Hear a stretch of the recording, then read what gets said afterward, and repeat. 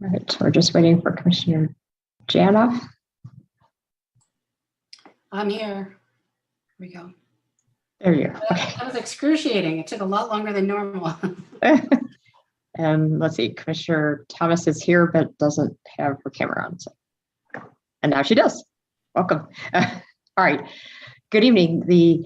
This special meeting of the Town of Los Gatos Planning Commission of April 25th, 2022 is now called to order. I don't have my gavel with me in Chicago, but it is called to order nonetheless. Director Paulson, would you please call the roll? Yes, thank you, Chair. Commissioner Thomas? Here.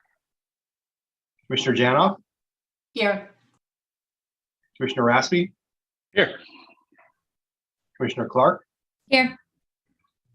Vice Chair Barnett? Here. And Chair Hansen. Here as well. Thank you for that. And Commissioner Tavana. Oh, yeah. And Commissioner Tavana is not able to join. Right. So I got his emails as well. Okay. So then I will ask staff to address the rules of decorum and civility for our meetings before we proceed.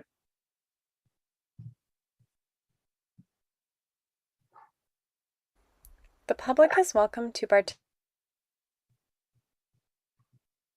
participate in the meetings, understanding that the purpose of the meeting is to conduct the important business of the town in an efficient and effective manner.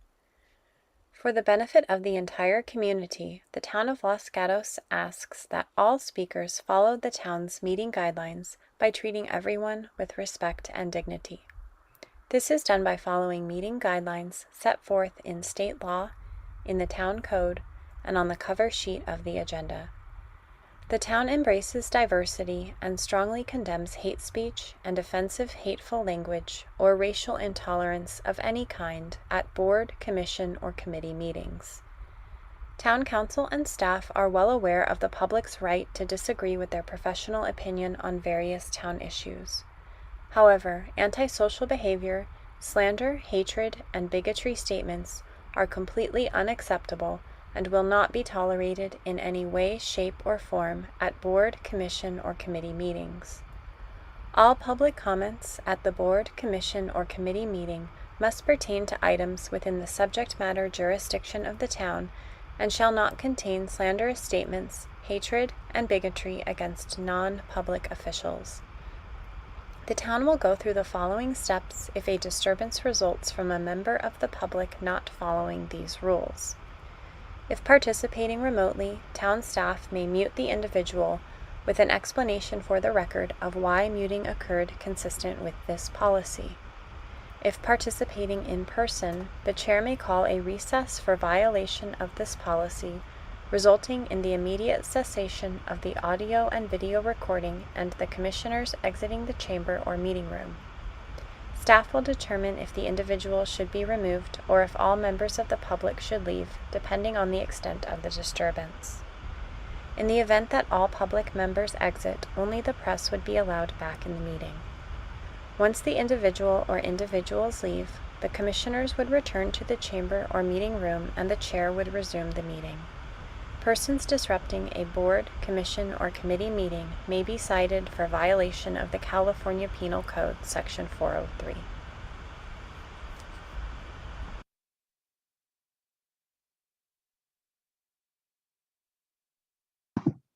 And thank you for that, staff. And so we will go ahead and move on to our meeting. And the first thing is going to be verbal communications. And as we do in every meeting, we welcome comments from the public. There are two ways to participate. One is with written communications, and written communications are always welcome and helpful to the Planning Commission. And we have received a multitude of written communications from members of the public over the process of discussing the general plans thus far. And we did receive quite a few additional written comments that came in, not only from the members of the public, but also from our own commissioners. So we have all of that to consider as well, in addition to what we received in the past. And then as far as verbal communications is concerned, normally we have verbal communications, which is items not on the agenda, as well as public comments during the agenda item. However, this is a continuation of our meeting from April 13th, in which we began the discussion of and review of the General Plan 2040.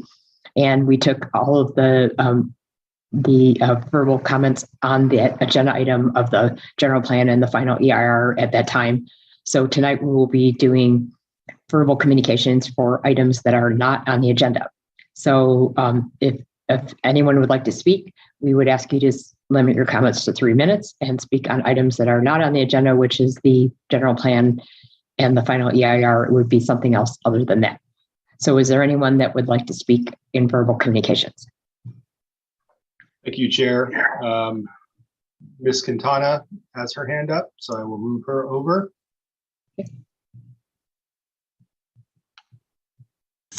Hi, my comment is that I turned on channel 15 and my screen says the station normally seen on this cable channel has experienced technical difficulties.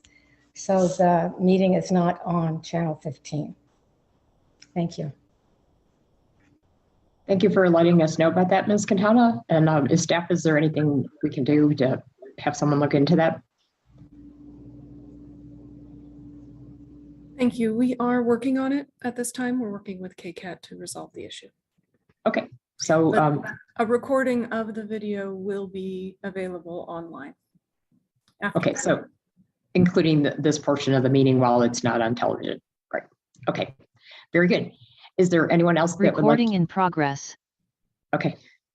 Is there anyone else that would like to speak in verbal communications this evening? Thank you, Chair. I don't see any other hands raised for items not on the agenda. Okay, very good. The next item on the agenda is normally the consent calendar. And because this is a continuation of our discussion from the April 13th meeting, we do not have minutes from the meeting, nor do we have any other items for consideration via the consent calendar for this evening. So we can move on and go ahead to the agenda item for tonight, which is the continuation of discussion of the draft 2040 general plan, as well as the final EIR. And just to recap for people that might not have been able to attend the last meeting, what we have decided to do in terms of reviewing the documents is to start out reviewing element by element and saving the land use and community design elements, which have the bulk of the public comments that we've received in terms of volume until the end. And so that we can, put a lot of focus on that. We wanted to make sure that we addressed any comments that came in on the other elements. So we in our last meeting did get through the public facilities, services, and infrastructure element. And so we would begin the discussion tonight on the open space, parks, and recreation element. And I would like to ask staff, since you did do another staff report, if you would like to make any staff report before we begin our discussion this evening. Thank you. You covered most of what I was going to say, Chair, but I do want to go over just to make sure everybody is clear exactly where we are in going through the review. So good evening, Chair, Vice Chair, Committee, Planning Commission. We are continuing the discussion of the general plan, and we have received public comment, public comment, and closed the public comment period. We were going through Exhibit 7 and made it through the introduction, the racial, social, environmental justice element, the mobility element, and the public facilities, services, and infrastructure element. That means that the next one that we will be proceeding to is open space, parks, and recreation. We also, depending on how much we get through this evening, the order as we go through that document includes the environment and sustainability element, the hazards and safety element, then land use and community design, and finally the final EIR. We did publish a brief staff report on Friday, as well as a desk item today for your consideration. But this does conclude staff's presentation, but we're available to answer any questions. Thank you very much for that, Ms. Armour. And do any commissioners have questions for staff at this time? Okay, I don't see anyone with their hands raised. When we get to land use and community design, land use in particular, I will talk a little bit more about what I would like to do in terms of proceeding forward on that. But to recap what staff had said, we were going through Exhibit 7. Exhibit 7 from the staff report from the April 13th meeting did contain a wonderful summation by staff of all the public comments that have been received over the course of the last year since the draft general plan was released. And so we've been using that in terms of making our comments. And what we had been doing in our last meeting is for every element, there's a number of comments. Staff has given their recommendation as to whether they're neutral, meaning they don't have a feeling one way or another about whether or not it needed to be included or not, whether they did recommend it, and suggesting that we would include that as a comment that we would make in a recommendation to town council, or not recommended. So staff has done that for every single comment. And what we were doing in the last meeting is we were looking at the comments and making a note of the ones that we wanted to be sure that we included in our recommendation to include. However, it's fine if you want to bring up other ones and discuss it and see if we know where the commission comes out on it, that is fine as well. We're looking at, we'll be on page 10 of Exhibit 7, which is also page 226 of the staff report from the April 13th meeting. So why don't we go ahead and start on the open space, parks and recreation element. There were about 7 or 8 comments that came in. So would any commissioners like to highlight items that we should consider for adding to our recommendation for modifying the general plan?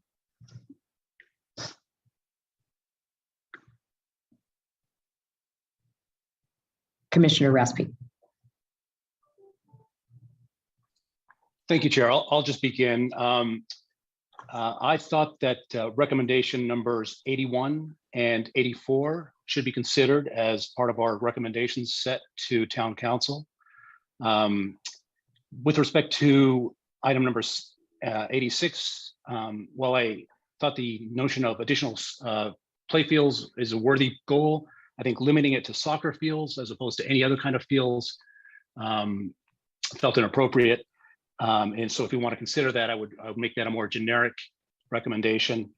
And then finally, with respect to recommendation 88, working with schools to make school fields available for community sports, I think that's already covered in OSPR 6.3. Thank you for that. I thought so as well. I made a note about 86 and 88, and then there was already a reference in the open space element about working with local schools. So if anything was going to be modified, and I think that sports fields should be, I agree, not just restricted to soccer fields, and we should try to increase that. But I thought it might have been covered in that in the policies that were already in there. So I'm agreeing with your suggestions, and I'd like to hear what the other commissioners think. Let's see, Commissioner Thomas, and then Commissioner Janoff, and Commissioner Clark, and then Vice Chair Barnett. We'll be quick. I just want to say that I agreed with 81 and 84. Those are the 2 that I would want to recommend to include. Okay, that's great. Let's see, Commissioner Janoff. I was just going to say, I am in agreement as well, with a note that on item number 83 regarding the State Quimby Act, I don't know what that is, but if staff thought that it was appropriate to add that, then I would not, if that makes sense to connect it, but I don't know what it is to say yes or no. That's it. I'm glad you brought that up, Commissioner Janoff. I was wondering if staff could comment on the State Quimby Act requirements, because when I went and read through the implementation program and policies, it was fairly generic about, the goal is to try and encourage more open space dedication, but then how to go about doing that, what isn't as clear, and if there was a Quimby Act that was more definitive about how to do that. So could staff maybe comment on that? Is that something that seems reasonable to add? Thank you. So I'll jump in, and if Ms. Armour has anything additional. Generally, the Quimby Act looks at the amount of open space, park space that a jurisdiction has based on population. We actually exceed that number here currently in the town. So that's why we don't have any Quimby Act implementation measures. Okay, so that that really wouldn't help us unless we were, below that. Okay, so we should be covered. Okay, Commissioner Clark. I am not sure if there's a reason we haven't discussed number 87, like if it's already being incorporated, because I know that there has been discussion around turf happening, but if it's not already being implemented, I would be supportive of the inclusion of number 87 as well. I'm actually glad you brought that up. I made a note thinking that it might merit an implementation program because I've seen arguments, very, very vocal arguments on both sides of this to not have artificial turf and then also to not have grass, for example, that requires a lot of water and is not environmentally friendly either. So to me, it seemed like an ideal thing for an implementation program, but I would like to know what other people thought. But I thought it might be worth at least discussing, and it looks like the town manager has something to say before I ask anyone else. I just wanted to say that this might be one of those areas of level of detail that might be best determined on a project basis with the town council, as opposed to having it legislated here in the general plan. And I defer to Ms. Armour, who might already be able to point us to some direction in the draft. Thank you. Yes, I wanted to share that when you are looking at the public facilities and services element, there is an implementation program C, which is specifically about determining the appropriate use of artificial turf. Oh, thank you we went through that in the last meeting and I had forgotten about that. Okay, so at least it's already covered. And then there's also the thought that that there's other ways to tackle the issue in terms of on an individual project basis as well. Okay, are there other commissioners that I saw some hands go down, but Vice Chair Burnett had his hand up before for general comments about the section. So go ahead, Vice Chair.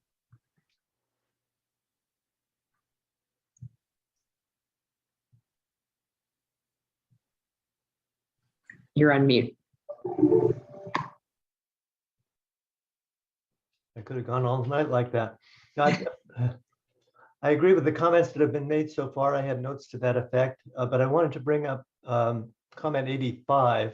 I'm not sure what that means. Maybe it's just me, but it seems to be kind of obscure. My read on this was I made a note connecting 82 and 85. The first comment in 82, it sounds like it came from the Parks and Recreation Department themselves, and that statement was made that that the services are provided on a full cost recovery model. And prior to that statement, it was that they receive town facilities on a discounted rate or something like that. So I think they were reacting to that they don't agree with the description of the business model. So my recommendation was actually to take out the full cost recovery basis because I don't think that's a necessary detail in the general plan. And then there's reference to continuing to work with Parks and Recreation to do services. And as part of that discussion, they might want to renegotiate their business model in terms of working with the town, but I don't think that needs to be in the general plan. That was my thought on it. So what do others think? So Vice Chair Janif has thumbs up. So my proposal was to delete the words provided on a full cost recovery model and leave that as to a detail in terms of how they work with the town that could be worked outside of the general plan. So if nobody has any objections to that, we'll go ahead and do that. Thumbs up. Okay. Good. Okay, good. All right. So does anyone else have anything that they want to just discuss with the open space, parks and recreation element? I think we ended up talking about every recommended bullet point. Ms. Armour.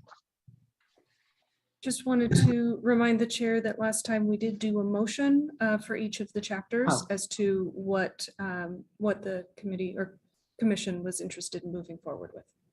Yes, and I would ask that we continue to do that for the rest of the elements that we're discussing, and then at the very end we will have to do one on the overall general plan as well as the overall final EIR.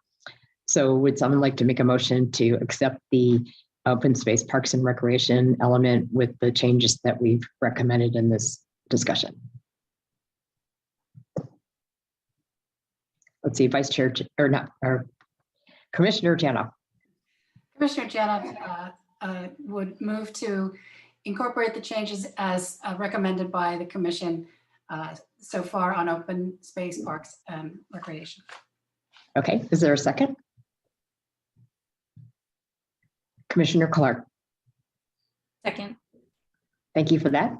Okay, and then we'll go ahead and do our roll call vote, and I will start with Commissioner Thomas.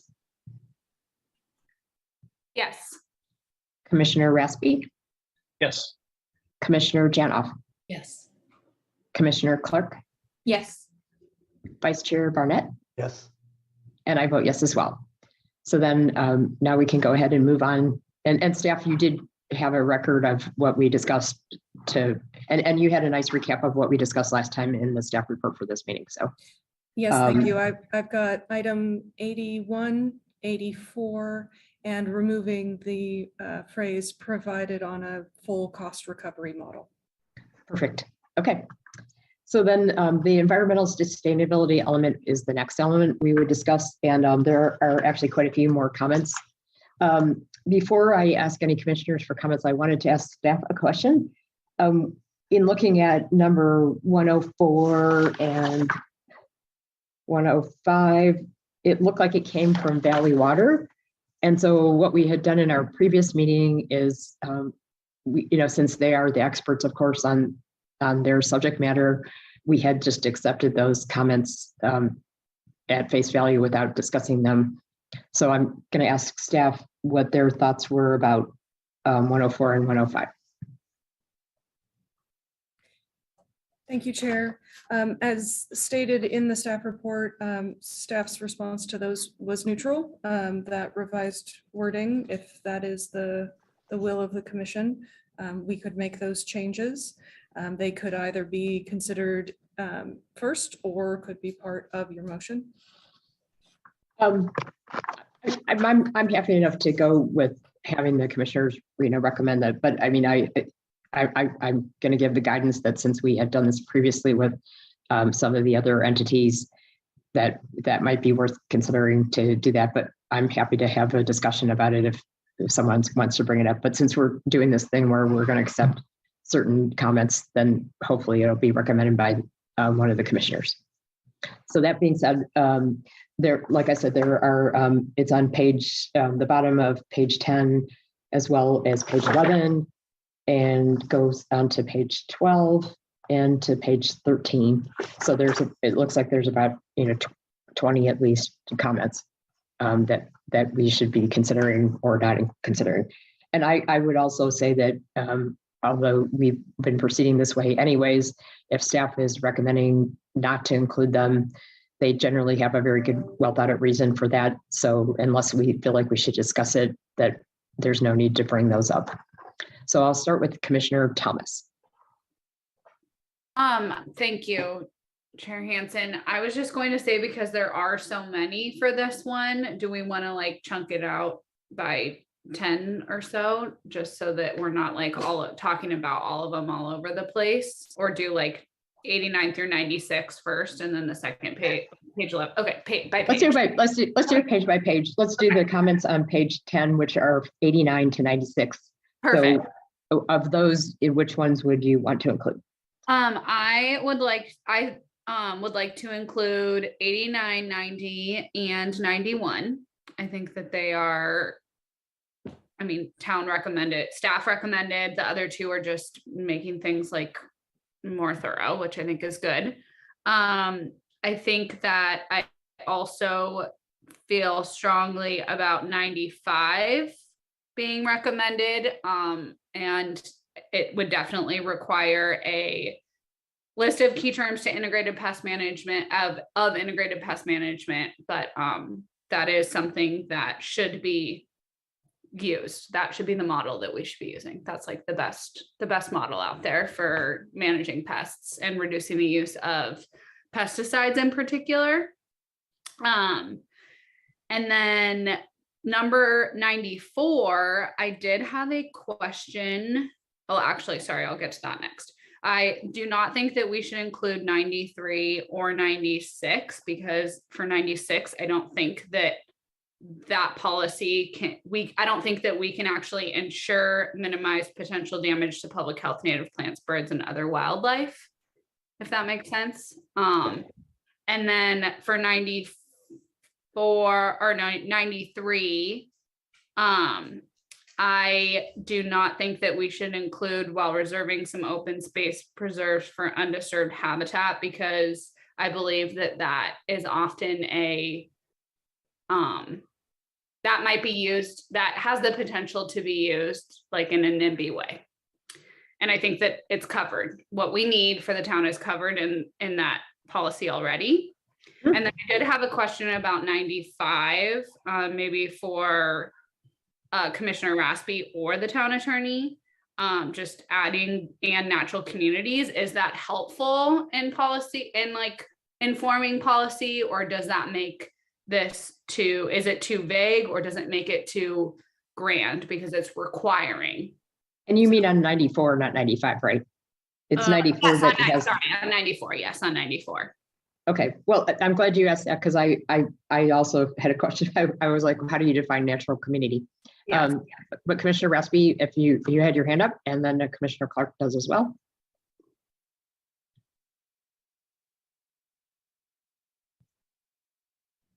You're muted. Thank you. I agree with Commissioner Thomas's comments. Couple of points with respect to 94. I also had a question. I think natural communities as currently drafted, I'm not sure what it means. And I would be concerned that it would be interpreted too broadly to be really useful. And so I would either not include that language, or I would make natural communities somehow defined.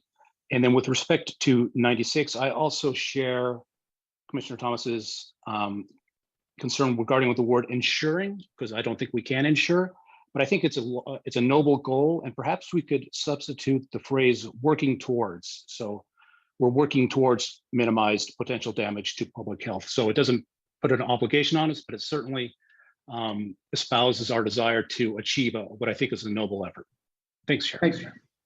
I thank you for that, because you know, you have to read between the lines in terms of what we mean. So so that your recommendation would be to either delete it or to modify it to change ensuring to working towards that goal, because that's the result of changing the approach and and not using harmful pesticides would be that, but we couldn't ensure it. Agreed. That's my thought. Okay. I was just trying to make sure I captured in my mind what you were saying. Yeah. Thanks. Thank you for that. Commissioner Clark, you had a comment as well? Yes, thank you. So I'm in agreement with all of the ones that other commissioners have voiced approval for. I had liked 92 just because it makes it a little more specific that the species would be locally native, but I'd also be curious to hear if other people feel like that's productive or unnecessary. And I had been in support of 93, but I think I understand what Commissioner Thomas is saying about it potentially being used as a way to like maybe justify lack of public access or something. And so, yeah, I think that sounds good. And then for number 96, I like Commissioner Raspy's idea of changing the verbiage to working toward, because I think that clarifies the reasoning behind the task without actually trying to ensure something that we're not able to. Okay, so your recommendation would be to, rather than take it out, to leave it in and modify the ensuring to something more reflective of the why we're doing it. Yeah. Okay, got it. Okay. And on 92, I mean, I'll see what other people have to say. I circled that, and my reaction was, how do you find local? Is local Los Gatos? Is it Santa Clara County? Is it California? And so I thought native species was enough. That was me, but if others have a different thought on it, I would want to hear that. So let's see, Commissioner Janoff and then Commissioner Thomas. Yeah, I'm in agreement with everything that's been said, including the modification of 96. And I do like the idea of incorporating the word locally. More and more you hear people talk about local, you should be eating local honey, you should be burning local firewood. It's a real thing to keep materials within the local environment. If local is unclear, we could say regional, and that might be more clear. That obviously gives more of a geographic boundary than local. And I would be comfortable with that. But I think including something that is specific to our region is a great add.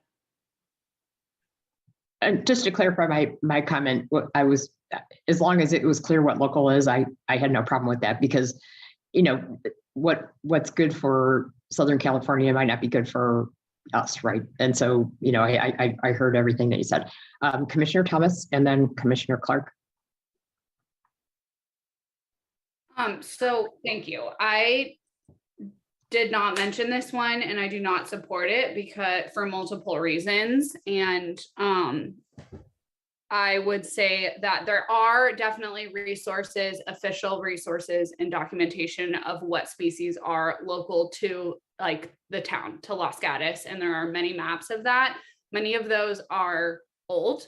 And since then, climate change has significantly changed the region and will for over the next 20 years. And so I strongly disagree with including locally native species, because what was local and native, or what is local today, is not actually going to thrive here, and ecosystems are constantly changing. And so making policies based on what is a locally native species today is not good for conservation of biodiversity. But that's because things are moving and ecosystems are shifting and ecotones are moving. So I strongly disagree with that one, and I'm sorry because I know that it like sounds good, and I do agree with the like eating local food, burning local firewood. I do think that that is a totally different use of the term, and I agree that that's really important. But I do kind of feel strongly about this one as an environmental scientist. I was going to say, well said by our environmental science teacher. So, Commissioner Clark. Thank you. I was going to also make a comment on 92. It was different before I heard what Commissioner Thomas had to say, but I think a way to actually get what we're trying to get at would be like maybe saying species that are adapted for the Mediterranean climate, or that like would naturally exist in this area at the time, or something like that. Okay, so it would be your idea to try and change the wording so that it was clearer and more reflective of changing conditions. Yes. Yeah, and I mean, the other thing I'll say is we might be getting a little nitpicky here. It's probably okay to leave it as is also. Fair enough. Okay, well, let's just take 2 more comments on this and then we'll move on. Commissioner Raspy and then back to Commissioner Thomas. Thank you, Chair. Just 2 things very quickly. First, I think Commissioner Clark made a comment with respect to 91, the especially native species and habitat language, adding that. I'm of 2 minds of this one, but when I first read it, it almost seemed to me like it created a binary choice. For instance, we were going to maintain and enhance trees and significant natural features, giving preference to native species and habitat as opposed to preserving all that exists. I just don't want that inference to ever filter down to the language. But again, I'm not overly concerned. I just wanted to throw the issue up. And then I think Commissioner Thomas indicated her support of 89. And my question is for Chair or for staff, who is going to define designated creek, and how is that handled? Thank you. So staff, could you start with the 89? Because that actually is a good question, because you did recommend it. So could you start with the 89, and then if you had anything to add on 91? Thank you. If including a definition of the term designated creek is something that the Planning Commission is in support of, then we would work with the consultants and our Public Works Department to find an appropriate definition to be consistent with the work that we currently do with creeks, and include that as part of a set of potential definitions. So similar to some of what was requested by Planning Commission at the last meeting, there was at least one term, I believe recycled water, where a definition was requested, and we would provide some specific recommended language for that before going to Town Council. And it looks like Director Paulson has something to add. Okay. Yeah, just minor addition. We also would work with our other partners, Valley Water, San Jose Water, some of the other folks who have regulations related to the creeks to make sure that that was consistent. Okay. Well, and staff, you did recommend this one versus being neutral on it, so I assume that you thought it was a good idea. We're defining terms. If somebody thinks it's a good idea, we're in support of that. If somebody's asking for a definition of it, then that probably means there are a number of people who want to know what it means. Okay, great. And did you have anything to comment on relative to because you were neutral on 91 and 92, so I'm assuming that we should just work it out. What we're going to recommend. But if you had anything to add, let me know. Yeah, I would say on those two that the language as it was pretty clear to staff as recommended by the GPAC. And so those additional terms could be included, but I think we stand behind GPAC. We're open to making those changes if that is what the Planning Commission feels is improving. I see. So I understand now why you were neutral. So before I go back to Commissioner Thomas, I'm going to make a more general comment that as I was going through this section, and I know exactly where some of the comments came from, that different people with different interests came in and they were putting like the word biological in something that was more generic. And I was having the same reaction as Commissioner Raspy, which is, well, if we're specifying biological resources, are we not taking care of other kinds of resources? And so that I was having that reaction, which is to kind of keep it more general, since this is a general plan, as long as we aren't excluding something that it needs to be taken care of. So I'll go back to Commissioner Thomas and then Commissioner Janoff. Thank you. Yeah, I understand. I'm glad that these comments about 91 are brought up, because I did not read it in that way. I read that it was like emphasizing, like, especially we need to protect native habitats and species, but I do understand how maybe it's not necessary. I would also, going back to 92, I would not recommend including Mediterranean plants, because a lot of those are actually invasive species. Like all the grasses that we have here are from the Mediterranean. They're particularly invasive because they adapted alongside human disturbance.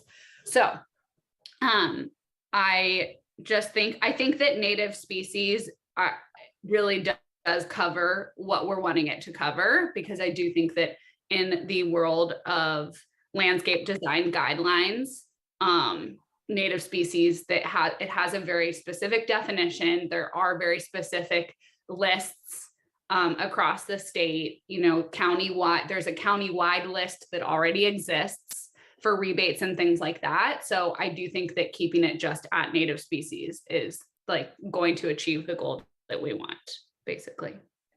Thank you for that. We're very fortunate to have our environmental science expert on the commission. So thank you for keeping us there. And Commissioner Janoff. Yeah, thank you, Commissioner Thomas. It's great to have expertise that augments our conversation. And in light of the comments, I would say that we keep 91 and 92 as written by GPAC. And so if the chair is ready, I'm prepared to make a motion on this page. Yes, please. on this page to include the changes in number 89, number, I think 95, and then 96 with the modification of ensuring to working toward. Did you not think 90? Because it was recommended in the beginning to do 89 and 90. Yeah, 89 and 90. 89 and 90, but not 91 or 92. And then skipping what and then you said 95, right? Yes, 95, and then the modification To 96. 96. Okay, I just, for my own sake, I was trying to make sure I captured everything you've said. Okay, so there is a motion from Commissioner Jana. Is there a second? Commissioner Raspy? You're on mute, but I think you. Thank you, Chair. I second the motion. Okay, and then Commissioner Thomas, you had your hand up. Did you want to make any other comments before you vote? Okay, all right, you were just going to make the second. Okay, so we will take the roll call vote, and I will start again with Commissioner Thomas. Yes. And Commissioner Raspy. Yes. Commissioner Jana. Yes. Commissioner Clark. Yes. Vice Chair Barnett. Yes. And I vote yes as well.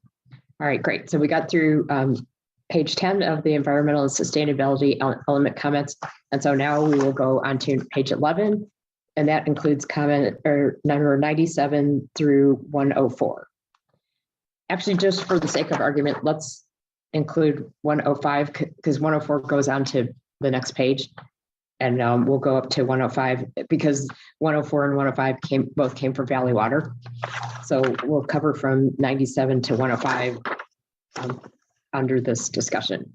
And Commissioner Jana, if you have your hand up, is that for this section or was that from before? Okay.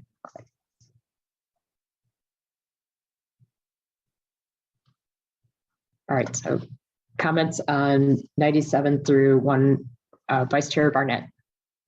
I have a couple of technical issues, starting with 98. The word improves is in the, hang on a second. It's in this, it says improves with an S, and I think it should be improve. Okay, that's an easy fix. It's grammatical, right? And then on 100, the way I read it, it's talking about a decrease in the mitigation measures.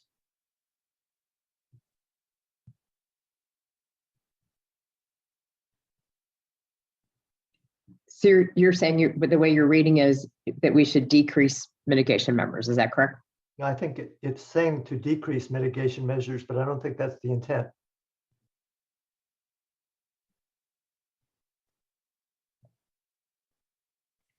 Did others, yeah, go ahead. I was going to jump in and I think say Ms. that, Armour can jump. yeah. Yeah, okay.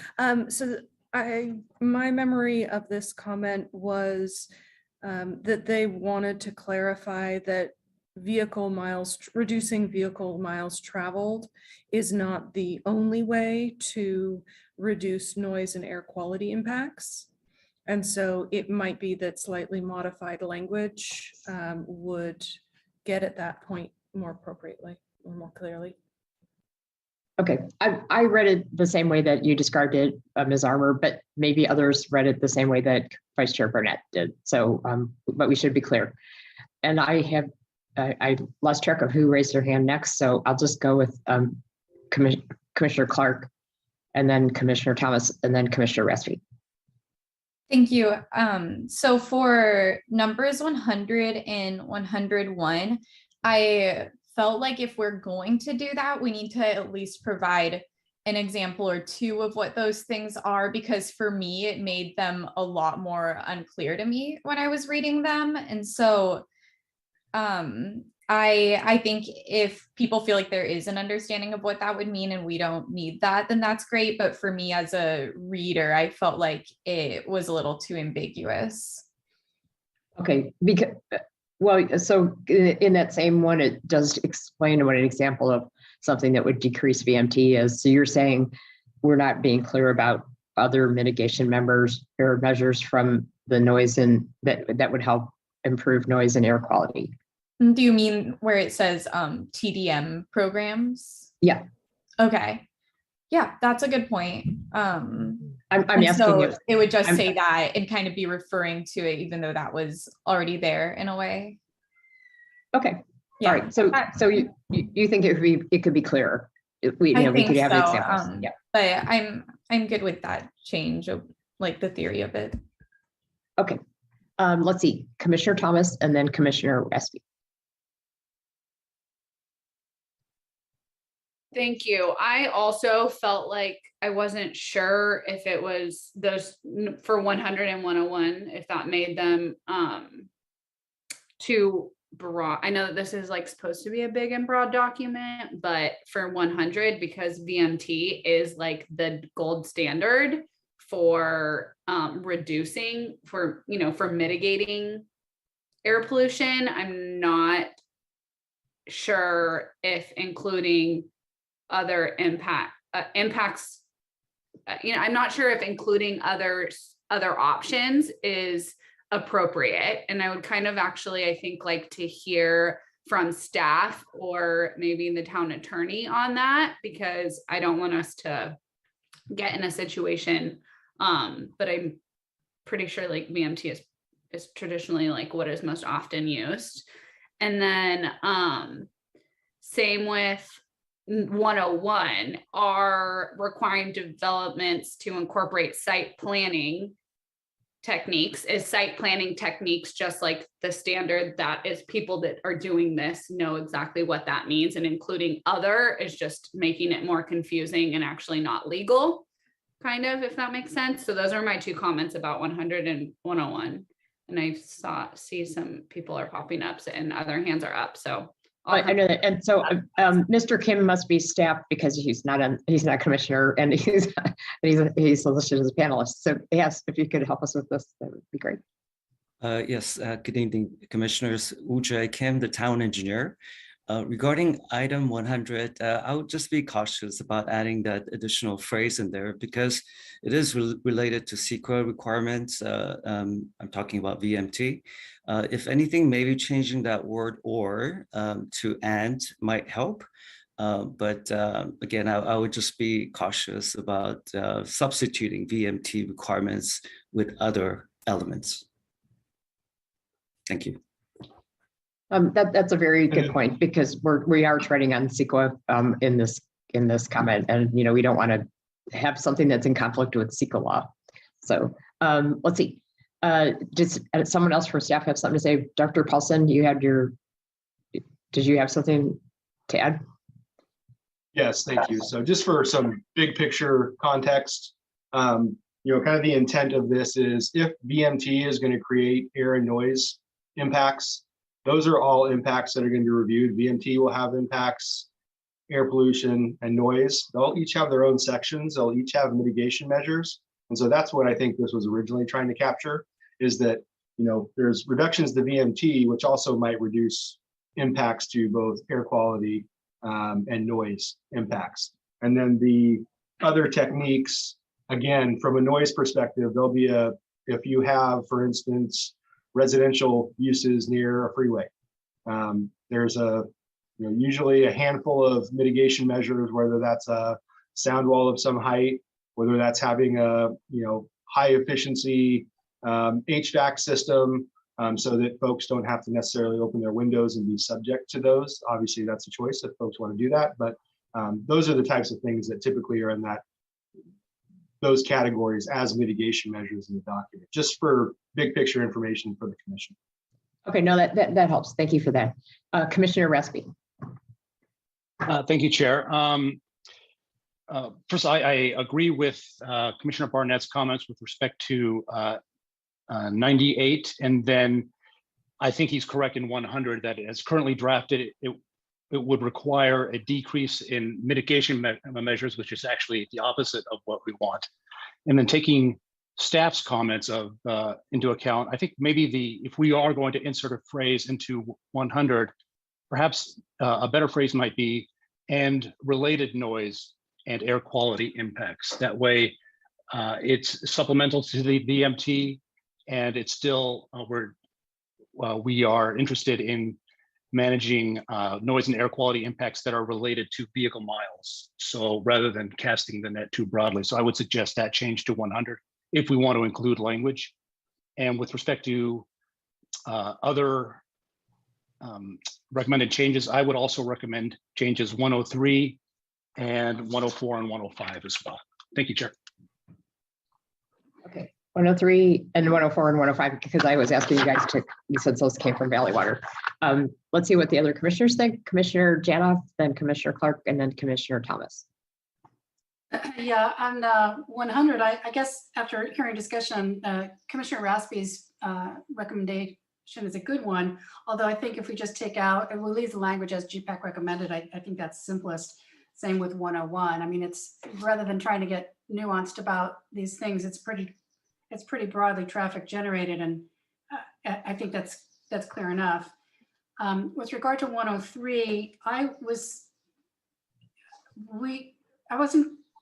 thinking that we want to include composting, green waste, and chipping programs if the town's not prepared to do that. That's more of an implementation program if we want to go there, but that's also already provided by other agencies. So I'm not sure that that's unnecessary add.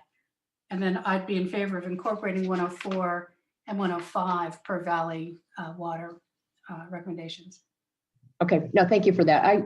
I had no one brought up 103 except for you. I had the same comment. The way it was before, it says extended producer responsibility and innovative strategies, which could cover any number of things.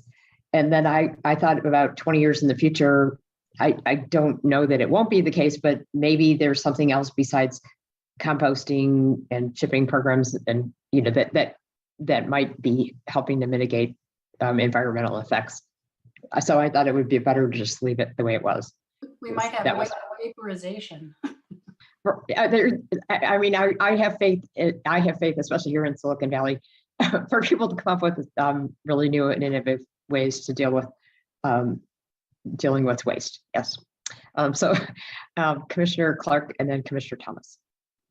I'll start just with 100 and 101. I think that we should leave them as recommended by GPAC. I think if we don't say and these other things, it's not like we're limited to only vehicle miles traveled. We're not saying only that. And so I don't see a problem with leaving that language as is. I'm very in favor of 97. I think that if there's a remodel or retrofit happening, then that's also a great opportunity for that bird safe lighting. And then also number 98, I liked those changes as well. And then I agree about numbers 104 and 105 being, I'm in favor of those two as well. Okay. Can I ask you and maybe staff about 97? Because I had a big question mark by that. What was in there before, it said require new development to increase bird safety by reducing hazardous building and architectural elements, and including bird safe and lighting design. And what the proposal was to add, in addition to new development, which I would take to be, where there was vacant land or a tear down, but it says remodels and retrofits. So in the past, when we've had these things come up, we've tended to leave these things to new development versus remodels. But I'm going to ask staff, what kind of issues that might create to add remodels and retrofits to that statement. Thank you, Chair. I would start by saying that there is generally concern about imposing some of these sorts of requirements on something that's a remodel or a retrofit. It really depends on the scale of the project, whether there's kind of that nexus that they're putting enough money into the project that we're not overburdening them with these types of requirements. It's also a little more difficult to implement in terms of a policy, whereas remodel or retrofit very well may just be a building permit, and so doesn't go through as extensive review as a new structure, a new building would. And so new development, I agree, we would consider that to include development of vacant land or significant replacement of existing buildings and redevelopment of the site. Okay, thank you. That was pretty much exactly what was going through my head on that one. And you said it very, very well. So for me, I would be happier to leave it as it was versus adding on remodels and retrofits, but let's see what others think. And you're welcome to make comments on any of these, Commissioner Thomas, and then I'll go back to Commissioner Clark and then Commissioner Raspy. I thank you for clarifying all of that and bringing that up, because I did also have that question about 97. One thing that we could do to like encourage this inclusion of bird safe design in remodels and retrofits is just add "and when appropriate" in remodels and retrofits. Possibly, is that a language change that would kind of cover the bases, like encouraging and be a possibility for when policy is being made for it to be looked into?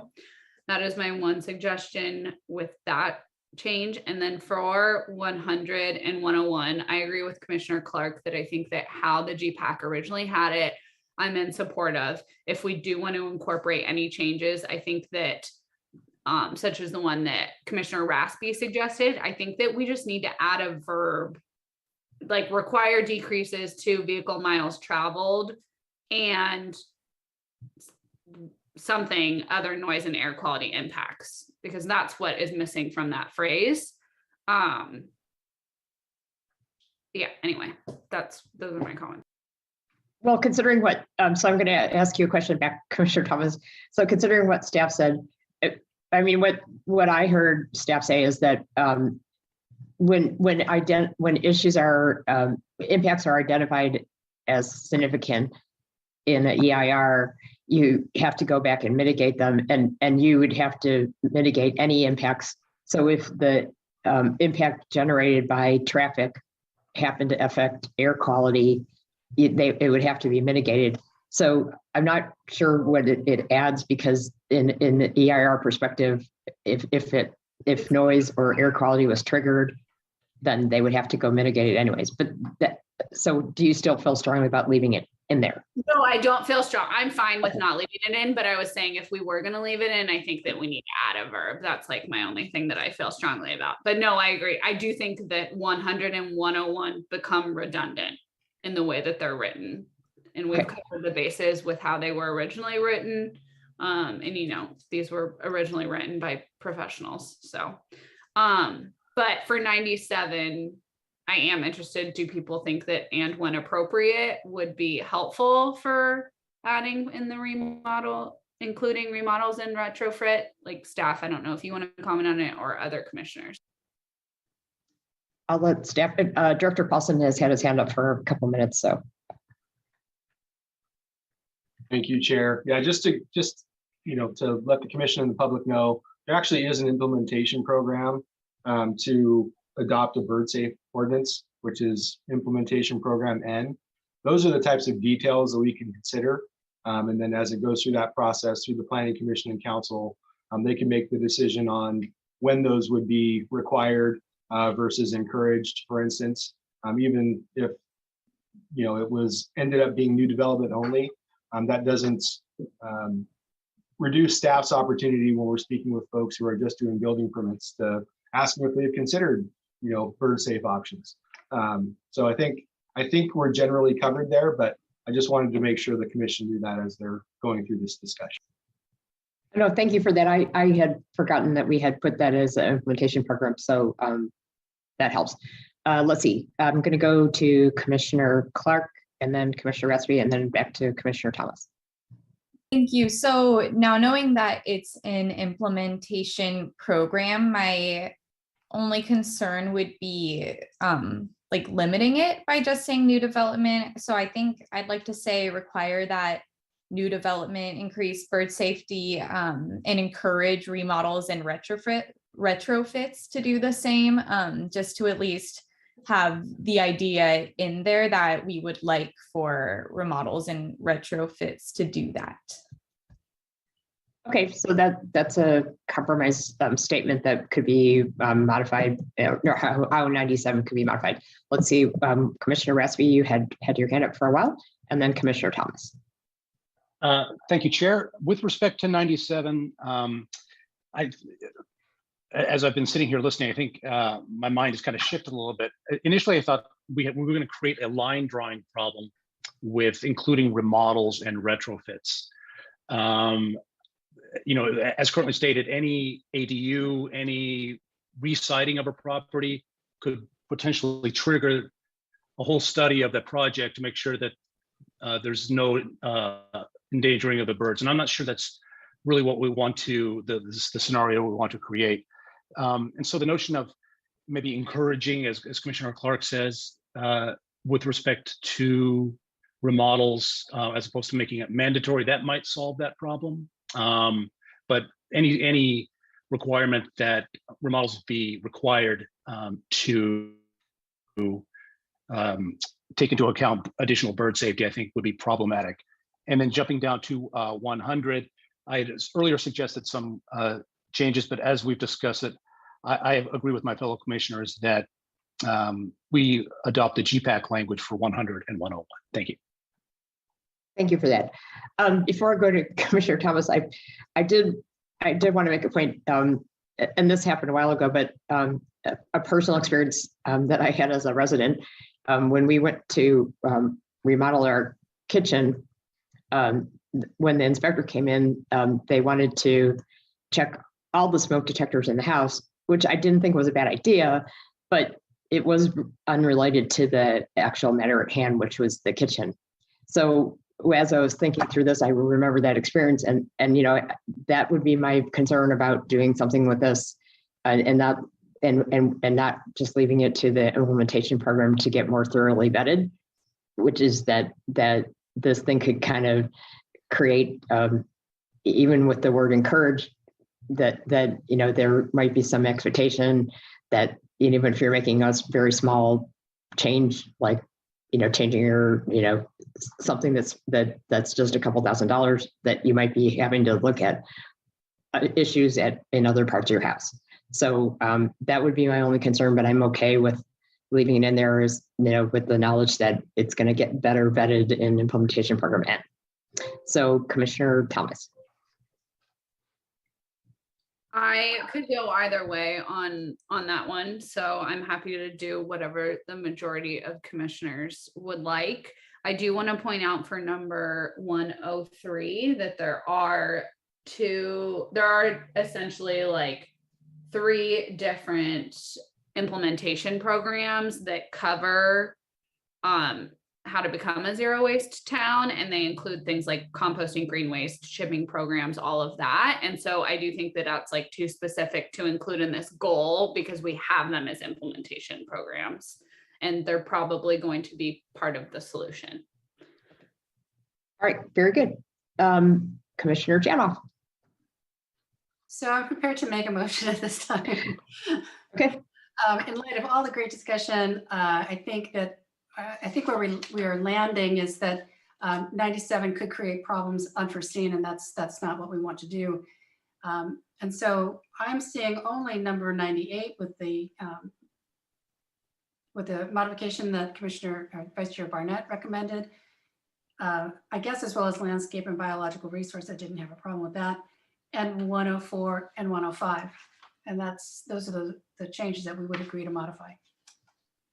Okay, is there a second? I saw a thumbs up from Commissioner Raspy, so I assume that's a second as well. So That is a second. Thank you, Chair. okay, all right, let's go ahead and vote on that. And I will go again to Commissioner Thomas. Yes. And Commissioner Raspy. Yes. And Commissioner Janoff. Yes. Commissioner Clark. Yes. Vice Chair Barnett. Yes. And I vote yes as well. Okay, so we've gotten through up to 105. And so then let's just take the rest of them. It's 106 through 106 through 116, that's like about 10 of them. I think that seems like about right.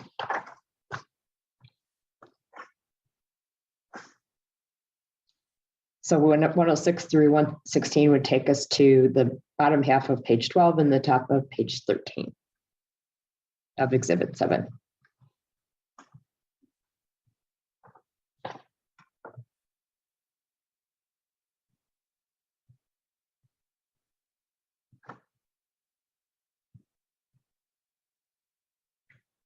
All right, Vice Chair Barnett. I have an easy one to start with.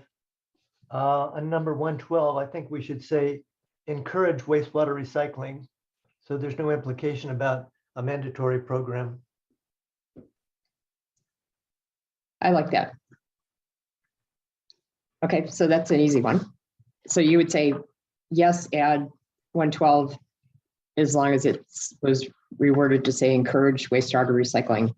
On that point, before I take any other comments, I had a question for staff.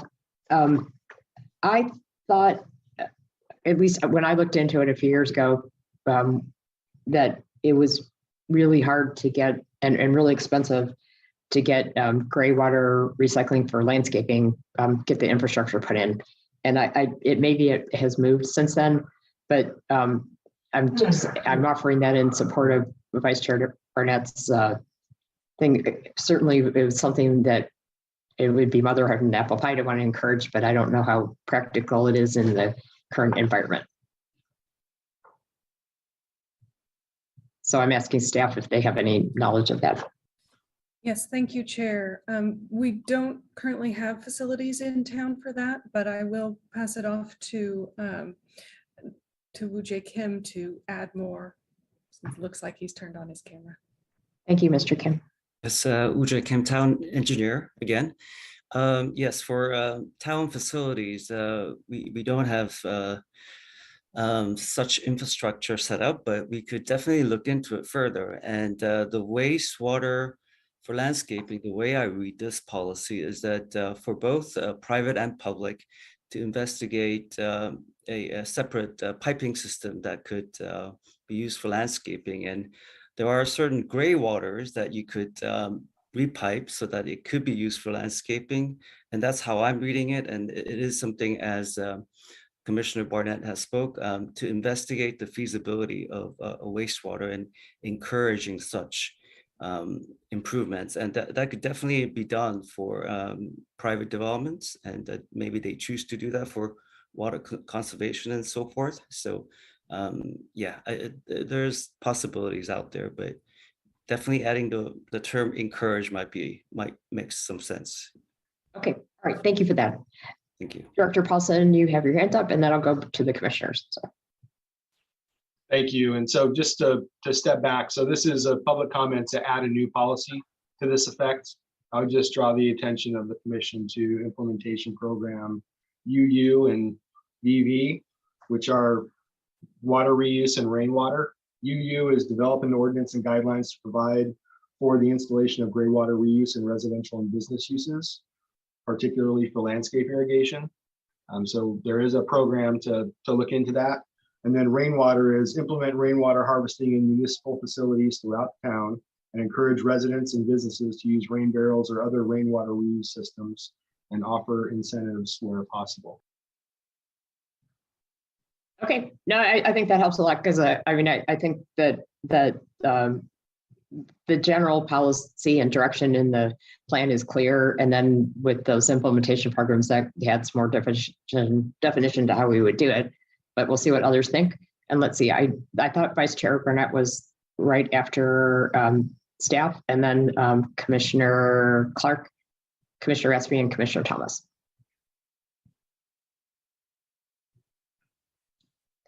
And we're talking about the entirety of 106 through 116. So.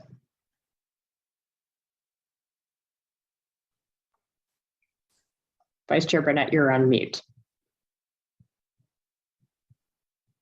I didn't mean to have my hand up. I'm sorry. Oh, okay. All right, then I'll go to Commissioner Clark. Thank you. I'll just say some of the ones that I am interested in. So I was good with 106, 107, 108, and 110. And then I'm particularly passionate about 113 and 116. I thought that those should both definitely be included, especially, I mean, 116, there were so many public comments about the plant-based eating education program. And so it's nice to finally be able to discuss that after all of those comments.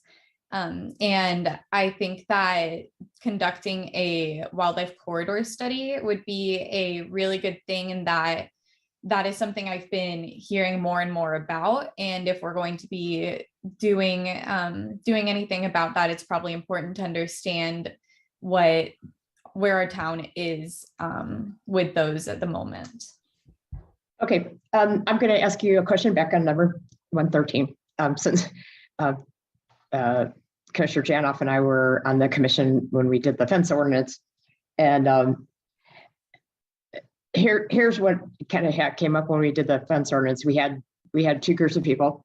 We had all the advocates of the environment, and all comments were very much appreciated. And then we had the landowners, and the landowners were saying things like, well, I spent $3 million on my home, and it's my home, and I don't want deer laying underneath my kids' swing set because they have fleas and ticks, and I should be able to have a fence to prevent them from being in my yard. And so, so my first reaction when I read this is I remembered that, and I wrote down the comment, which is, we can do this, but what would the outcome of it be? Supposing that the outcome was people's homes that were already built and fences that were already built were impeding wildlife, what would we ask them to do? Tear it out? And so that was my reaction to that. So my reaction would be to not do that, but I would like to hear what other commissioners think. So that's, I'll just throw that out there. And so you basically said you had several that you wanted to include, and including 113 and then 116. And I think for 113, that's really good context to have. So thank you for that. I don't think that that's actually how I was thinking about the corridors. And so maybe if we did choose to incorporate 113, like if we do feel that that's still a direction that things are going, it could be a study that takes into account the views and interests of landowners, because that could actually be a way to find a solution to that problem. Yeah, as long as it went both ways, right? So, okay, that's an idea about how to do that. Let's see. I think it was Commissioner Raspy, then Commissioner Thomas, then Commissioner Janoff. Thank you, Chair. Let's see. Starting with 113, Chair, you've stolen my thunder. Those were exactly my thoughts. My concern with this one is we've created a policy which is going to apparently study all structures that are already infringing upon habitats. If we create a policy, do we then have to create a remedy in the event of infringement? Or is it going to be enough for us to say, yes, the structure is infringing and we're content to leave that be? That seems to me a difficult discussion to have. And I'm afraid I don't have an answer for it, but I just spotted the same issue that I think you did. I also support Commissioner Clark. The 116, I think this was, if not the leading public comment, was the second most leading comment about having the plant-based diet initiative in our programs. My only question is, it's currently phrased as an implementation program. I'm not sure that was how it was. I don't recall how it was presented to us. Was it in different formats? I think I see staff nodding. Yep. So I think it was as an implementation program then. Yeah, correct? I can provide clarification that they did actually, the GPAC did accept language from them for inserting into some policies. And so as a result of that, they said, well, in addition, we also want an implementation program. And that's what this is. Thank you. I appreciate that, Ms. Armour. So then I'm fine with 116. And then as long as I have the mic for 1 second, given Director Paulson's comments, I think we don't need 112, although I'm in favor of wastewater recycling. It sounds like we have that already kind of under the umbrella of what we've got existing.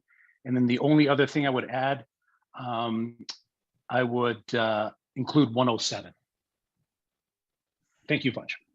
Okay, and that was already mentioned by Commissioner Clark, I believe. All right, let's see. Director Paulson, you had your hand up. So before I go to any other commissioners, I wanted to let you comment.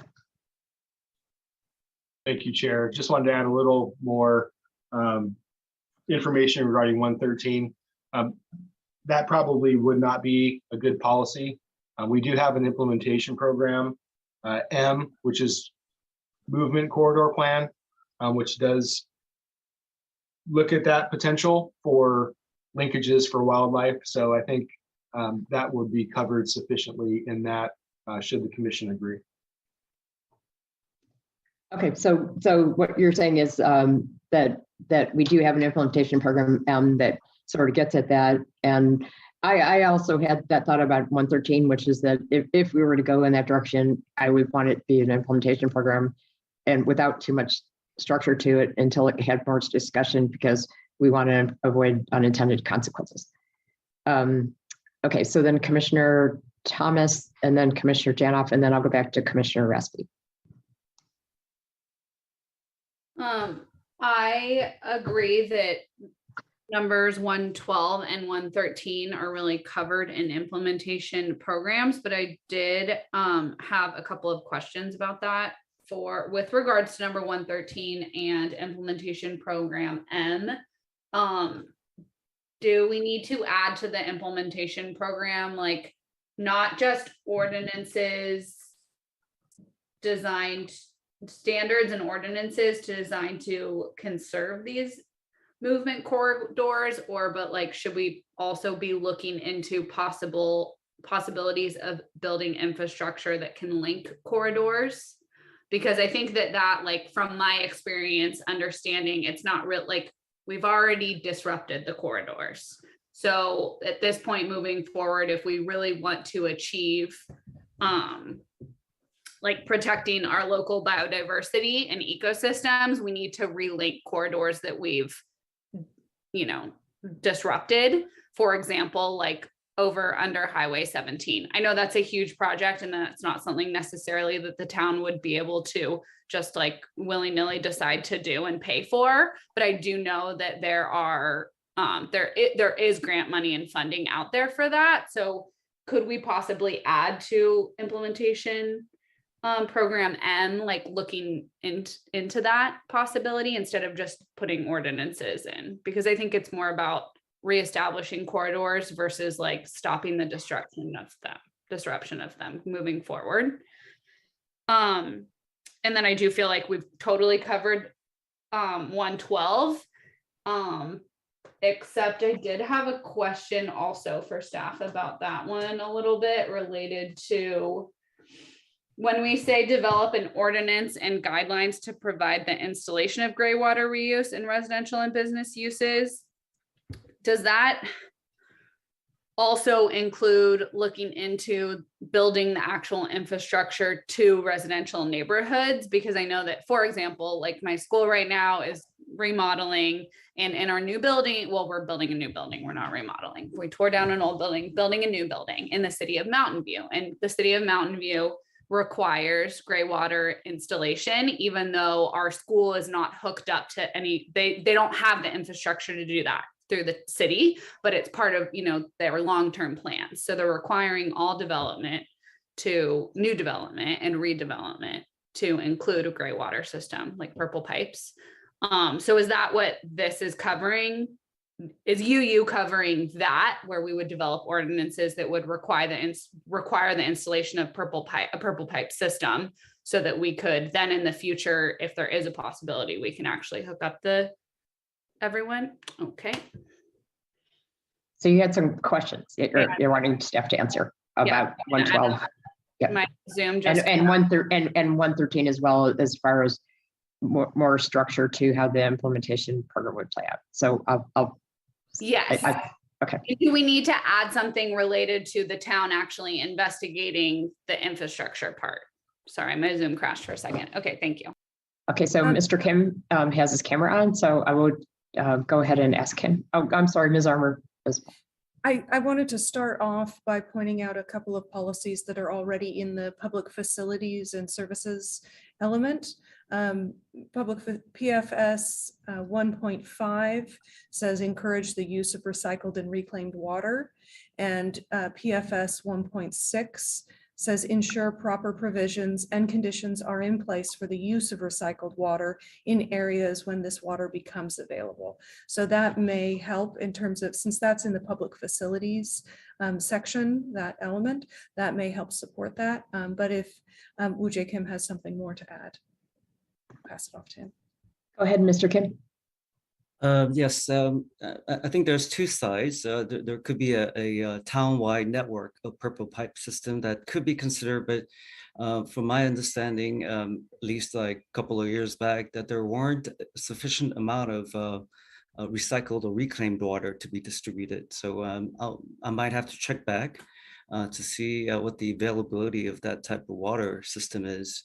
And obviously, there's all that piping system that needs to be installed as well. But I think a lot of the policies being discussed here is like at the point source, kind of putting the pipe system as needed to divert. It's still wastewater, but maybe from the kitchen sink and so forth. And there could be systems investigated for that, and checking on the feasibility, working with the building department. So there's two different sides to approach this issue, but we could investigate it both ways. Okay, no, thank you for that. And I'm going to ask staff for some clarification on Commissioner Thomas's question about implementation program and which was about the wildlife corridor. So, I mean, most of the implementation programs I remember us putting in, and I don't have that page open to me right now in my general plan draft, are kind of the purpose of the implementation program was kind of to explore the options. And so I'm going to ask staff, is there anything preventing us from looking at more than one way to attack the problem in the implementation program? Thank you, Chair. So I'll start. The short answer is no. I think, before we would develop any ordinances or standards, we would be wanting to do a wildlife movement corridor plan, and then that would have recommendations which would touch on all of the various options that could be done. I know there's been down in Southern California, they just are kicking off a big program, and then there's some Highway 17 stuff that's been in the works, and some of it may have even been completed. So those are all things that would come out of that. And the plan may lead to further ordinances and standards related to private development and or public projects. Similarly, we would, from a purple pipe, reuse, I think Engineer Kim spoke about it. I think a lot of it is really kind of site specific, where you're reusing your own water. The more public infrastructure with purple pipe and things like that, those would be significant CIP projects, whether or not that's the town or whether that is another organization or the town in concert with another organization. Those would be things that would be considered a little farther down the road. Okay, so my interpretation of that is that that implementation program is a predecessor to what Commissioner Thomas was asking for, and an outcome of that study might be recommendations, including having an ordinance. Is that? Yes, we could do some simple modification to M, and just have an introductory, conduct a wildlife corridor study, and then it goes on to say the rest of it, and to continue to support, wildlife movement and things like that. So I think that's a simple modification, so that it's more explicit that study would happen first, and then we would get into the standards and ordinances. And Ms. Armour, did you have something else you wanted to say on that? I was just going to add the thought that when we do look at the language in M, and it's talking about conserving these movement corridors, I think if we get into more detailed discussions of that, one of the components of conserving them is making sure that they are connected in a way that they're actually usable for the wildlife that is using them. So I think that is integral to that kind of discussion, regardless of whether we add additional language, but a few additional words there, or adding, as Director Paulson suggested, a suggestion that a wildlife corridor study might be the first step in that. I think any of those could work just fine. Okay, thank you for that. I'm going to go back to Commissioner Thomas, since you had asked the question, and see where you're at, and then Commissioner Janoff, Commissioner Clark, and Vice Chair Barnett. Thank you for clarifying that, all of my questions, especially about the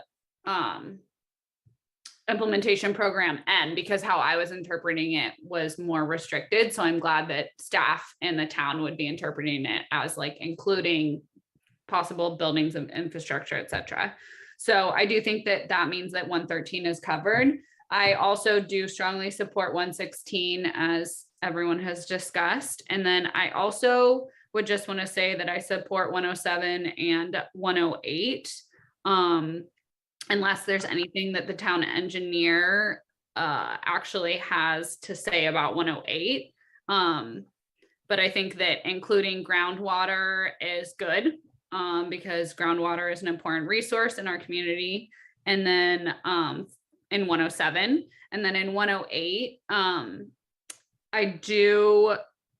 know that Director Paulson knows this because I've been asking him. I have been going through, I'm trying to redo my driveway, and I originally wanted to do gravel because it is a permeable surface and allows for recharging as opposed to concrete, and it's not allowed in town.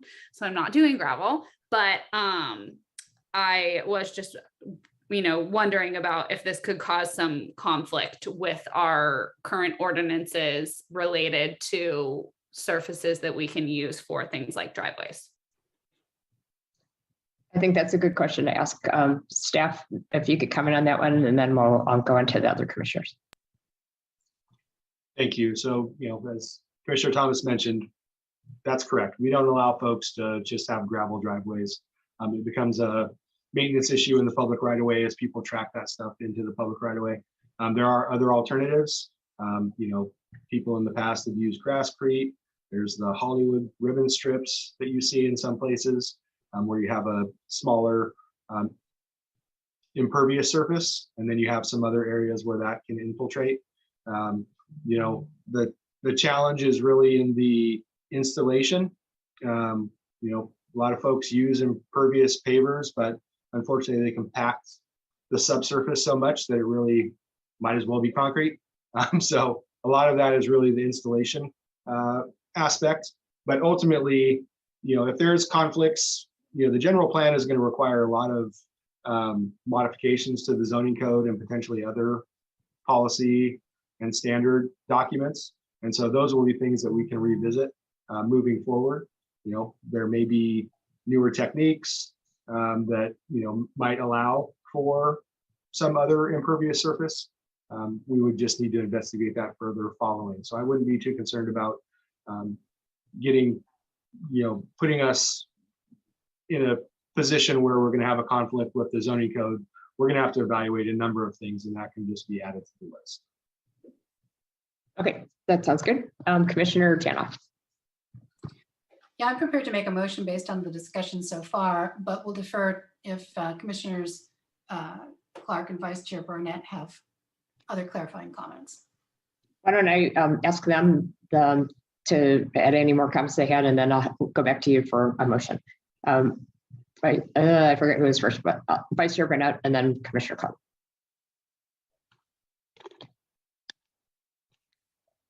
And you're on mute, Vice Chair Burnett. Sorry, my bad again.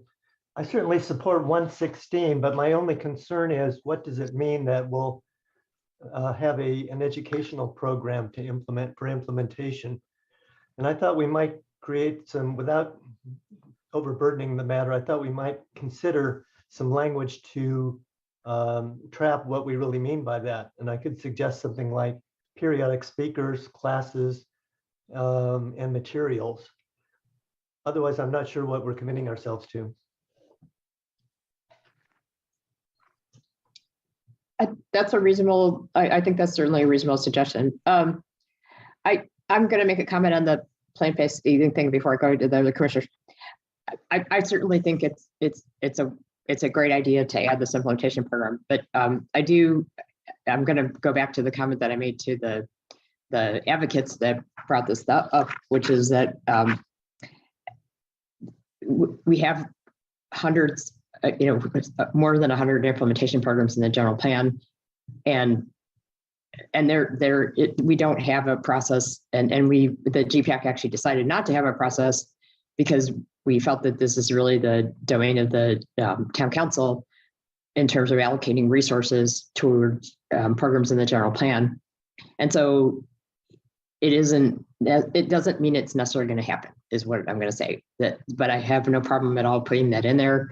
I just wanted to make sure that everybody understood that it's going to become one of well over 100 implementation programs, and then they'll have to get prioritized into getting done. And if it helps to make it clear about what it might be when it happens, then I'm fine with adding what Vice Chair recommended. And also I'll go to Commissioner Clark. Thank you. A couple of things. First, just back on implementation program M, I think I would like to add just some sort of phrase about also connecting fragmented habitats, because that is different from preserving the ones that exist. And I minored in environmental science, so I studied that to some degree, and I think that would be worth including, just to clarify that. And then I am really sorry that I didn't remember to bring this up before, but in the document I shared with y'all with some of my recommended changes, I had a couple for this section, and they were on 8-17, and they're related to clarifying the accuracy of the history with like colonization and the Ohlone and everything, and then also just more including like them in the process of this. And so I don't know if it's easiest if you want to pull up the wording or if you had a chance to look at the changes or anything, but I realized I should bring that up. And thank you for reminding us that rather than having people have to dig up that, could you maybe read what your proposed changes were to us from the comments that you submitted in writing? And I apologize for making you do that, only that I was like having 6 people go dig through and find, out of like, I have a lot of paper sitting here. So yeah, I have a horrifying amount of paper in front of me, so that's very understandable.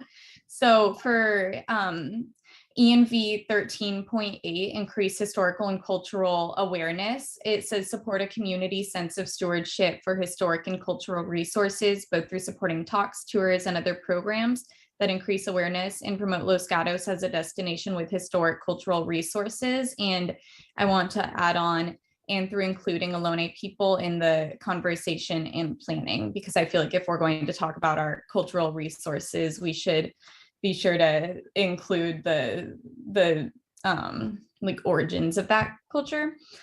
And then there's 8-17, 8.8 tribal cultural resources. And it says before outside contact, Ohlone lived in base camps, but I think it should say before colonization. And then further down, it says the Ohlone group were brought into the mission system, and I think it should say forced into the mission system. I just felt like a lot of the language was too gentle around what actually happened. And so then later in the paragraph, it says the Ohlone population dwindled, and I think it should say was decimated. And then it says in 1973, the population of people with Ohlone descent was estimated at fewer than 300. And I wanted to add, after what is widely cited as a genocide. And then the last sentence says the descendants of the Ohlone united in 1971 and have since arranged political and cultural organizations to revitalize aspects of their culture. And I wanted to alter that to say, and cultural organizations to revitalize, maintain, and pass on their culture. And a lot of these changes came from a meeting that I recently had with the chairwoman of the Tamian Nation. And so I do want to just clarify that that was like largely what led me to these changes, and that, yeah, pretty much that I had that conversation. Okay, let me ask, before I go to Commissioner Thomas, ask Commissioner Janoff, did you have any comments on what Commissioner Clark just brought up, or was this related to your motion? Because then I would know whether to ask Commissioner Thomas. Well, my only comment with regard to Commissioner Clark's recommendations is that I would agree, and they're coming from a place of historical truth and specific knowledge. I think the more that we can create an accurate document, the better it will stand. We've been really striving for racial justice, and that goes forward, and it also goes back in history. So I think that those are good ads, and between presuming that would be approved by the commission, I would only recommend that the changes between Planning Commission's recommendation to Town Council and Town Council actually having something, that those individuals that Commissioner Clark mentioned as having some expertise would be consulted and just, you know, give a stamp of approval on the changes that are recommended. But I wouldn't shy away from, you know, a distasteful history. That's ours to own. Okay, all right, thank you for that. Commissioner Thomas. I agree with all of those changes, and thank you, Commissioner Clark, for bringing them up, because I do think that when I read them, I feel like the same, and so I do agree with Commissioner Janoff that we should own them. And that being said, I guess Commissioner Janoff was going to make a motion, so she can go for it. And so I'll go back to Commissioner Janoff, and would you like to make a motion on the 106 to 116, as well as Commissioner Clark's suggested additions to it looks like page 8. I think they were all on page 817, or maybe 816 as well. Sure. So first I would say, hold on. Commissioner Thomas wanted to say one more thing. So I'm so sorry. I was going to say that based on Vice Chair Barnett's comments, I do think that for the implementation program for the plant-based education, that the beginning should be changed to develop and implement a plan to educate and support, instead of just implement programs to educate, because I think that encompasses, like, we need to do a little research, what's going to be effective, what are we capable of doing, and then implement it.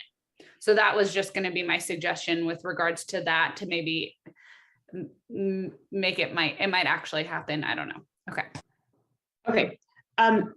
Before you make your motion, Commissioner Janoff, I also wanted to make one comment about 116 in addition to what I already said, which is I like Vice Chair Barnett's suggestion about giving examples of what kind of programs. I also wondered if when I looked at some of the other implementation programs we had, the latter part of the sentence about the benefits and listing what all the benefits are, I'm not sure when we're looking at if the goal is to implement a program, that listing what all the benefits are in the implementation program itself are going to be that helpful to creating it. I think it would be more helpful to delineate what kinds of things might go into a plant-based education program, and then clearly when in the education program itself, all those benefits are going to be articulated versus saying it all in that sentence. But that was just me.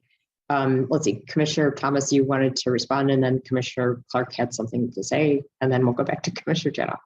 I agree that it is very lengthy, and I think that we can just simplify it by changing it to say the environmental, social, and economic benefits of shifting to a plant-based diet. Those are like the 3 underlying components of sustainability. And so I think that like incorporates the message and the importance, but it simplifies things a little bit and is more direct. So again, environmental, economic, and social benefits.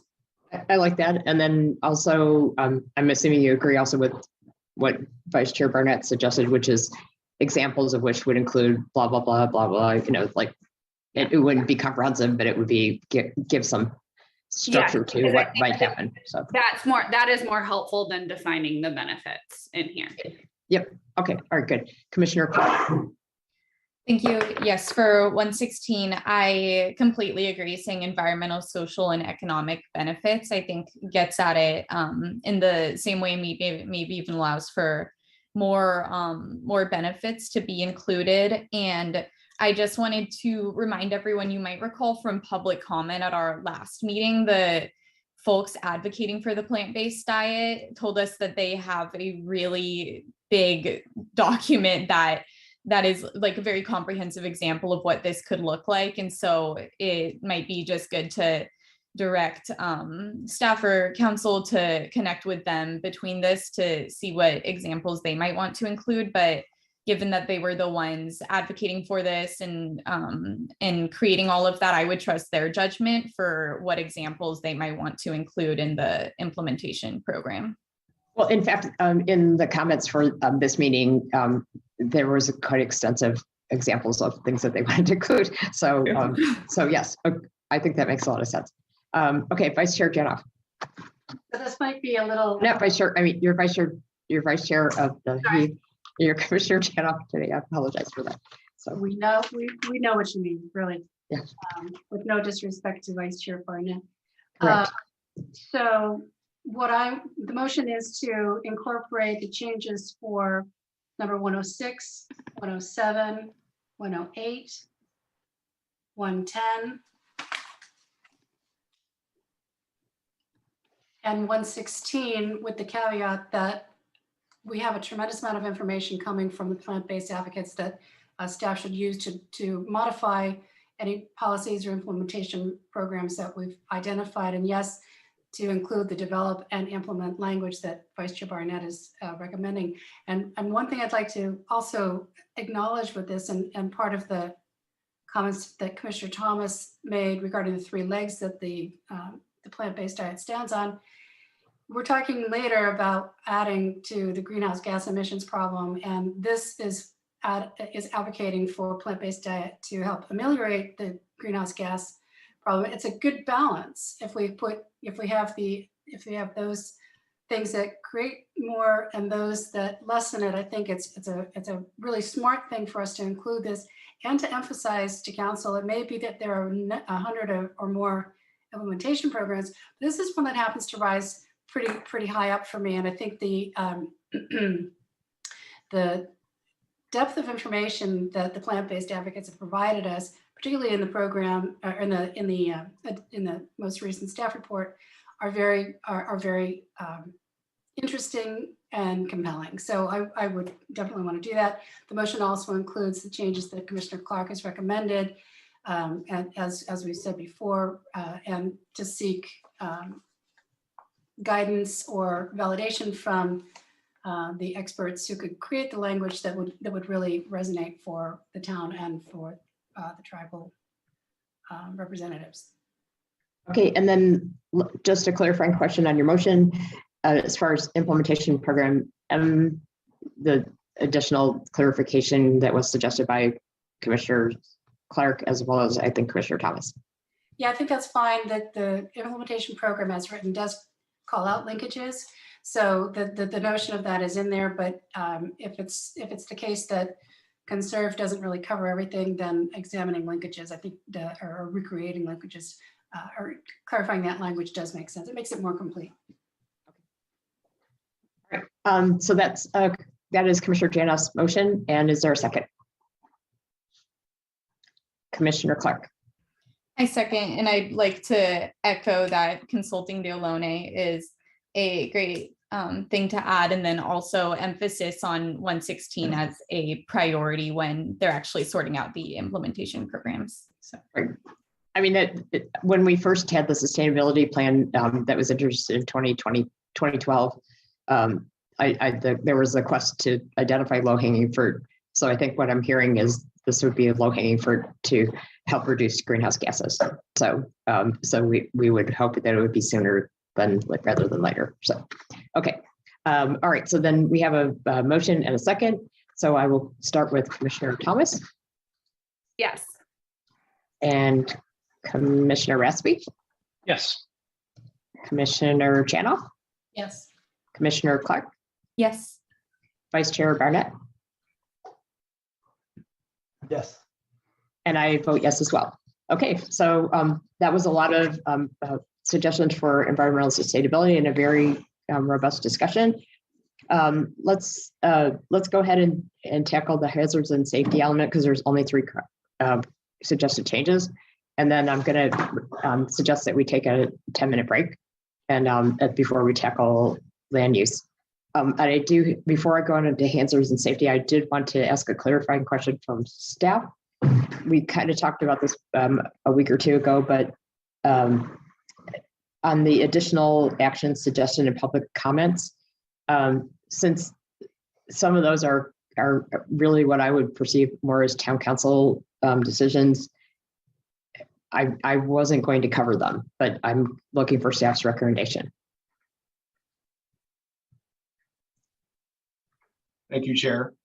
I think if commissioners have specific comments on any of those, I believe it's 4 topics, then I think it's appropriate to put that in the record so the council has the information as they're reviewing these items. Okay, that sounds like a good way to handle it. So we will at least ask if you want to comment on any of the items that are suggested in 120 through 123. Okay, but let's go to the hazards and safety element. There's only 3 suggested comments, of which the 118 is not recommended by staff because it's covered in other town policies, and we don't want to be having things be inconsistent in the general plan versus other policies. So, how do commissioners feel about 117 and 119? Vice Chair Janoff and then Commissioner Clark. My thinking around 117 is that we've had county fire input on our language. If they feel it's important to include emphasis on wild and urban interface, and I mean, this is really outside of my area of expertise, except I happen to live in a WUI environment, so it's not so far out of my expertise. But whether we need this kind of detail is unclear to me. I would defer to county fire. 118 is not recommended, and then 119 looks like a technical clarification, and I would say that's probably a good clarification to include. Can I ask staff a clarifying question? Do we know where comment 117 came from? It did not come from CAL FIRE per se. It sounds like it came from a resident or another commenter based on stuff they had read from CAL FIRE. Is that correct? Unfortunately, I don't remember exactly where that one did come from, but the recommended changes from CAL FIRE were those changes at the beginning of this attachment or this exhibit. So this was not part of what was recommended as part of their review. Also, we did have Santa Clara County Fire taking a look at the relevant sections of this document. So it would have been from a public comment that we received, but I don't have in front of me where exactly that one came from. Looks like Director Paulson may be looking to see what he can find, but he's shaking his head, so I don't think we've got a direct link for who that came from. Well, it also doesn't read like a comment that would have come from CAL FIRE. I don't think I could explain why that is, but it just looking at the other comments, it looked like it was written by others. So let's see, Commissioner Clark and then Commissioner Thomas. Thank you. Yeah, so for 117 for me, I mean, I didn't really, when reading it, know how important that was or how accurate. And so I feel like I would defer to the experts. So I think if we don't know where it came from, it might be worth just saying approval, like subject to the approval of CAL FIRE, or if the fire department already read over it and hadn't seen any problems with the general plan, maybe we do just leave it out. 118, obviously no. And then for 119, reading the section 9.4, I wasn't sure exactly where this would go or anything, but I agree with what Commissioner Janoff said, that this seems like a technical clarification. And so I would be in favor of that one. Okay, that sounds good. Ms. Armour had her hand up. So before I go to Commissioner Thomas, Ms. Armour. Thank you. I was able to locate where that comment came from. It was a comment made by Mid-Penn Regional Open Space letter that they included. If you're looking at your packet from the meeting of the 13th, it is on page 319 of that packet, and it is revised language that they were recommending. Well, I mean, and so Mid-Penn Open Space in my mind would be a reasonably credible source. So there's a couple of ways we could go with this. From my point of view, would be, as suggested, maybe run it past CAL FIRE and see if they think that was a good ad. I don't know how much trouble that would be, or we could just accept it, or we could just say that there's enough in there and it wouldn't change things and the policies that much. So those are the three options I see. Commissioner Thomas. So this is really two comments in my mind. The first one I feel less strongly about including because I did not actually look up if that statistic is true, although, you know, we know that fires in the WUI are more of a hazard for humans. But the second part of the comment is like a totally separate issue. And I do think that requires clarification. There is, it says that high fire hazard severity zone does not describe the risk of a fire start, but rather describes the potential impacts to natural ecosystems known as fire severity. So like the fire ignition triangle is what determines like if a fire is going to start. And then the CAL FIRE has the fire severity hazard severity zones that are based on the severity, which is like how damaging it is based on the intensity. So I do think that we should make sure that that is all clarified in the description. And I noticed with some of the other comment, I don't know if CAL FIRE and, you know, Santa Clara Valley Water and all of these other organizations, groups that look at our document specifically look at a lot of our descriptions more of the introduction pieces, or if they just look more specifically at the policies, because that's what, and policies and implementation programs. So I'm just saying that that's maybe why that might have been missed 117, but I'm not entirely sure. So I think that there's like two parts of this, and I don't really have opinions on the first part, but the second part, it should be clarified. Clarified as to the validity, or the second part is just about it. It just says it's also important to note that a high fire hazard severity zone does not describe the risk of a fire start. So I'm assuming that it says that somewhere in the document, in the introduction, which is not true. The fire severity zone, zone maps indicate the severity of the fire, like how damaging it's going to be, not the likelihood of a fire starting. Right. Okay. So there's some discrepancy in the wordings, and it just someone needs to comb through it and make sure that that gets clarified. Got it. Okay. All right. Commissioner Resti. Thank you, Chair. I don't see any other hands raised. And so my sense of this hazard and safety element is that we're all in agreement that 118 should not be recommended, 119 should be recommended, and perhaps 117 should be recommended subject to review and appropriate modification by CAL FIRE. And if my committee members agree with that, I'd be happy to make a motion in that respect. I think that sounds fine, and that sounds like a motion. So I'll take that as a motion and see if there's a second. Vice Chair Barnett. I'll second the motion. Thank you for that. Any other discussion before we vote?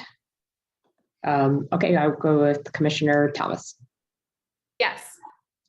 Commissioner Respi, Yes. Commissioner Janoff, Yes. Commissioner Clark, Yes. Vice Chair Barnett, Yes. and I vote yes as well. Okay, that covers the hazards and safety element, and I'm going to take a stab at talking about 122 through 123, hoping that it's not going to be a super long discussion, but if it does turn out that way, then we might have to take a break. But there were additional suggestions, and you've all seen them in the public comments, and they're more generically about the timing of the general plan. The first one being having a vote or poll of residents on the proposed changes in the general plan. Second one being requesting an exception to the RENA requirement, which comment from staff was the deadline has passed. And the third comment, updating the housing element within the same timeline as general plan use and community design element, which would mean delaying the approval of this document until the housing element was complete. And then the fourth one is conducting a fiscal analysis relative to the fiscal impacts of the full build out of the 2040 general plan, in which the town council actually voted on this in their April 5th meeting and decided against it. So what I'm going to ask is there any comments that commissioners would like to make on these in terms of direction that we'd like to give to town council? So I think Commissioner Raspi is first, and then Commissioner Thomas, and then Vice Chair Burnett. Thanks, Chair. I had comments only with respect to one, that is 122, that is the housing element and the timing of it with respect to the general plan generally. And so as we're currently, the posture that we find ourselves in is we are moving forward with a general plan before our housing element is complete. And I know several commentators raised that as an issue. And I thought maybe it might be useful if we could have staff discuss that a little bit. Maybe how common is that in this process? Is it something that we see as part of the general plan process? Is this an anomaly, and how is it impacting the rest of our housing discussion? Maybe some discussion of that would help allay some of those concerns. Thank you, Chair. I think that's a great way to go at it. And I've already heard staff's comments on this, but I think it's beneficial for the public to hear as well from staff. Thank you, Commissioner Raspi. I think that's a great opportunity for us to share a little bit of context with these questions. I'm going to start by pointing out that a lot of these comments are concerned about one particular component of one of the elements of the general plan. A lot of these are focused really on the potential development based on the housing densities and other development regulations that are included in the land use element. So as we've seen already in the multiple hours of discussion that the Planning Commission has already had going through the general plan, there are a lot of elements to this document, a lot of topics covered. And so we would strongly recommend that, that the general plan continue to move forward with a recommendation from Planning Commission with modifications as have been discussed. And so that it can move forward and complete its process. I would say that if those concerns about the housing numbers and moving forward with those changes before the housing element process is complete, then there are ways to reduce those, which will be part of our next discussion, to modify those and pull them back. But it doesn't necessarily need to hold back the rest of the process. The next thing that I would share is that the general plan was started when we started this process 4 years ago with the specific idea that it would actually be fully completed prior to even starting the housing element. One of the goals was to make sure that we had regulations in place and potentially even the required changes to the zoning code before we started on the housing element update, so that the rules would be in place that the housing element could clearly show that it would be possible to to allow the construction of housing as required by our RENA allocation. Because of numerous delays for different reasons, the COVID, not the least of the COVID pandemic, not the least of those, we're still working through that process. But we still really do want to strongly encourage that this process continue to move forward. And then the last point that I will add, and then I would expect that Director Paulson might have some additional points. The last point that I would add is that our housing element update is relying on the fact that the environmental impact review for the general plan gets completed and that the EIR gets certified. Because if we do not have that environmental review completed, then the housing element actually has the extra burden of doing its own environmental review. So I will pass that off to Director Paulson in case he has any other points he'd like to add to clarify or add context. Thank you, Ms. Armour. I think you covered all of the points well.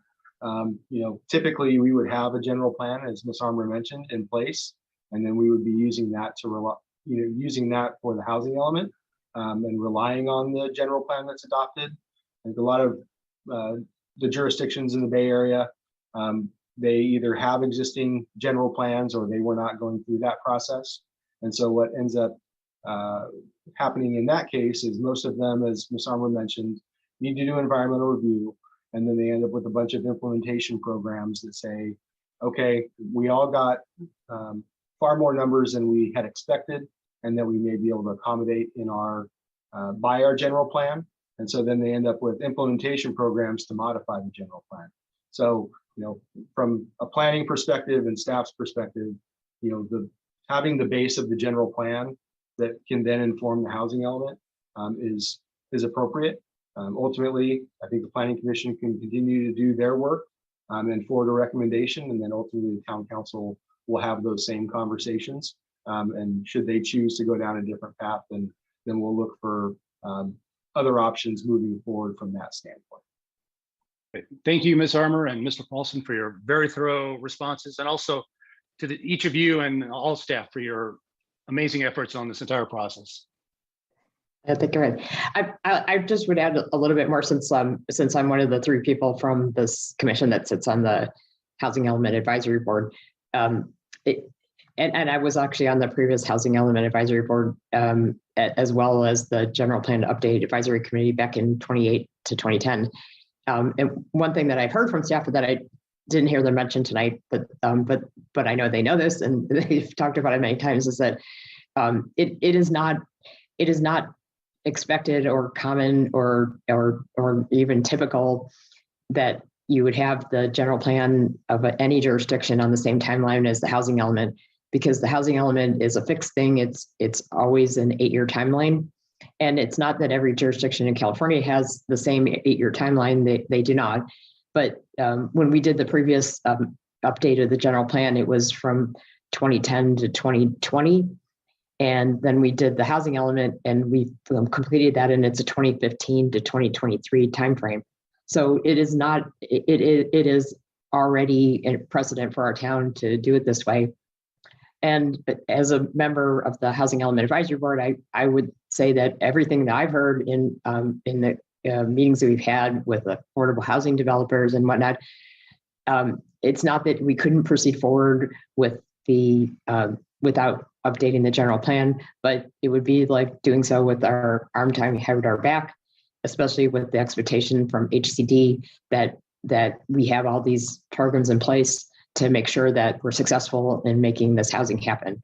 So if we didn't have the densities that we asked for, it would be problematic. And we even had a proposal in the last year at the CDAC where they were looking at the possible draft densities in the general plan, and they couldn't even get any very good discussion going because the general plan wasn't approved. And it was for housing, 41 unit housing complex. So for all those reasons, I totally support everything that staff said. And Ms. Armour has more to say. I just had one additional thought that I did want to share in terms of the process as we're going through these discussions about housing density and housing numbers, and the difficulty of having the different types of conversations and how they're interrelated. One of the benefits, I think, to having a general plan update that's occurring just prior to a housing element update is that we did at the beginning of the process have a sense that the RENA allocation that the housing element update would be required to meet would be approximately 2,000 units. We didn't know the exact number, but we had that sense. And so when we were looking at the general plan town-wide, policy-wide, topic-wide, we were able to keep that in mind. And so rather than going through the process to try and show that the town had capacity for 2,000 units, in this case, 1,993 plus a buffer, just looking at the housing element itself, we were able to have those discussions with the GPAC, looking townwide, looking strategically on multiple topics, so that in the hope that this whole document would be set up with vision and guiding principles and policies throughout that would support that potential future development in a way that really works for the town and the vision for the town for the next 20 years, rather than just the housing element topic and the 8-year timeline. Thank you for that. Let's see, Vice Chair Barnett, and then Commissioner Thomas, and then Commissioner Janoff. Thank you, Chair. On item 123, I'm going to echo what the chair said, that in the council meeting, there was an understanding that the preliminary fiscal report showed that there were going to be a negative fiscal consequences of the general plan. And it seems to me, although the Community Alliance has done tremendous work in detailing further work that could be done, the likely bottom line is that the fiscal impact would just be more negative. So I'm of a mind not to conduct a further fiscal impact analysis. And thank you for that comment. And we haven't discussed the EIR either, but there were several letters from the Alliance regarding why the EIR wasn't studied to the full possible build out of every maximum density on every single property in the town, which would be something in the order of, I believe, 75,000 units. And we'll talk about that more with the EIR, but that isn't the way that any jurisdiction would do their EIRs. It would be more on a reasonable thing, because it isn't reasonable to think that anyone would build out every single property in town. So that is part of where there's just a difference of opinion about where to go about this. So, and I have a lot of, the council has already weighed in on this. So all we would be doing is making a recommendation to council anyways for something they've already decided. Let's see, Commissioner Thomas, and then Commissioner Janoff. I would like to echo what all other commissioners have mentioned so far. And as a member of the Housing Element Advisory Board, it's been very difficult for us to actually get started on the process without having an updated general plan. So I think that it is really important for everyone in town to understand that the housing element cycle is a different, it's on a totally different cycle in number of years, an 8-year cycle versus this general plan is a 20-year document. And so I think that is really important for everyone to understand, and that what Ms. Armour said about the guess of what our RENA allocation number was going to be really helped the GPAC decide helped inform the general plan in a way. But now we kind of need the general plan. As a member of the Housing Element Advisory Board, we really need the general plan to be finalized so we can get to work. And there are serious consequences at the state level from the state if we don't get our housing element done and certified and turned in. So I don't want us to be responsible for that. So that being said, I do not support any of these suggested actions. And because of those reasons. Thank you, Commissioner Thomas and Commissioner Janoff. Thank you. I agree with everything that's been said by fellow commissioners, but I would like to add that one of the provisions of the general plan, the draft general plan, is that it be reviewed on a 5-year basis. So that means if we go forward in the execution of the housing element, and we need to make any adjustments to the general plan, there are provisions for that. So even though the general plan, some may think is casting too far into the future without knowing what that future might look like, these 5-year incremental reviews help make sure that we're staying in sync with what is expected of the town, how we need to plan, and whether any changes to the general plan need to be made in order to accommodate housing or any other consideration that we may have. And I'd also like to say, the way that I think about the general plan and the housing element is that the general plan provides a framework within which all of the elements hang and inform how the town of Los Gatos does business. The housing element doesn't stand on its own. The housing element can't go forward if we don't have the zoning and the heights and the densities that we are providing in the general plan. We just can't do it. It might have been in the past that was possible because the changes that we might have considered under how much housing we're going to build were much smaller numbers. But we're talking about the numbers that we have now, the 1993 for Marina plus buffer. That's a big number. And we can't get there with the 2020 plan zone height and density ordinances. We just can't do it. So we need to have something in place in order for us to reasonably recommend a housing element that has a chance of being certified. So I would also say that I'm not in favor of these 4 actions from the public for all the other reasons that the commissioners have voiced. Thank you.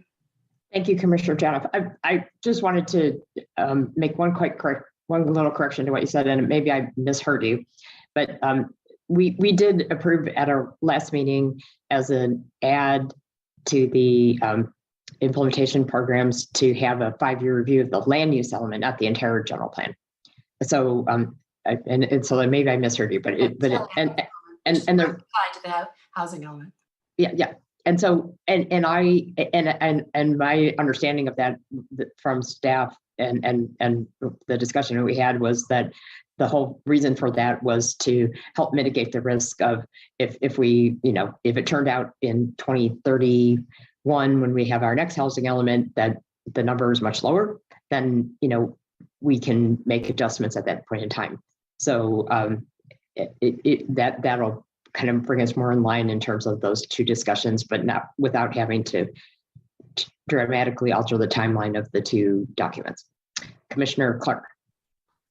Thank you. I agree. I am not in favor of any of those 4. And I was wondering if this is a good place to include anything that goes back to one of the other elements. So for example, Commissioner Barnett's edits to the equity and equality definitions. Actually, that's a good point. I had that on my list and I was going to bring it up at the beginning. So just for everyone's benefit, since we're straddling over 2 meetings so far, Vice Chair Barnett, Commissioner Clark suggested modifying the definitions of equality and equity. And then there was a discussion about that at the community meeting that was a few weeks ago. And Vice Chair Burnett wanted some more clarification on, it was on equality, not equity, right? Yeah.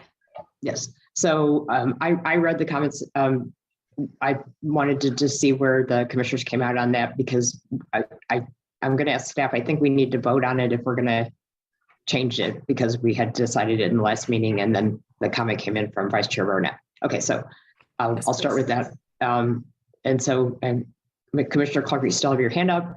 Is that to, because you had already brought it up and you forgot to take it down, or you wanted to make a comment on the issue?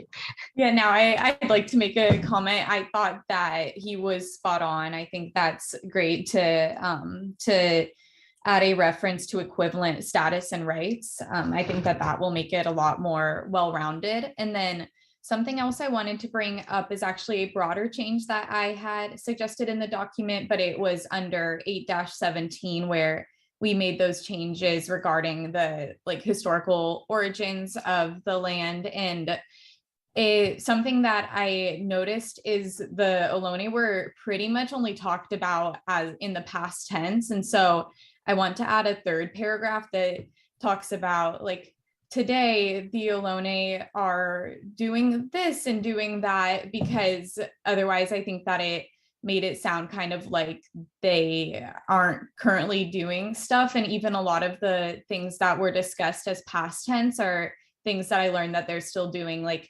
collecting mussels and seaweed and stuff like that.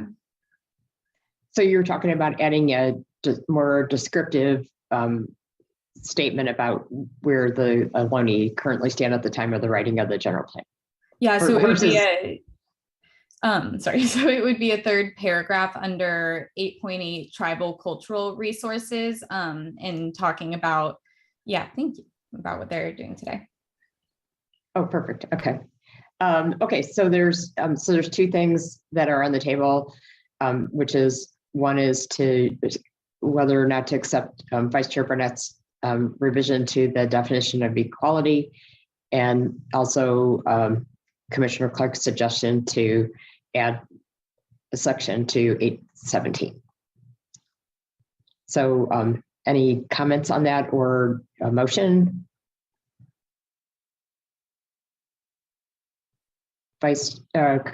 Commissioner Jana.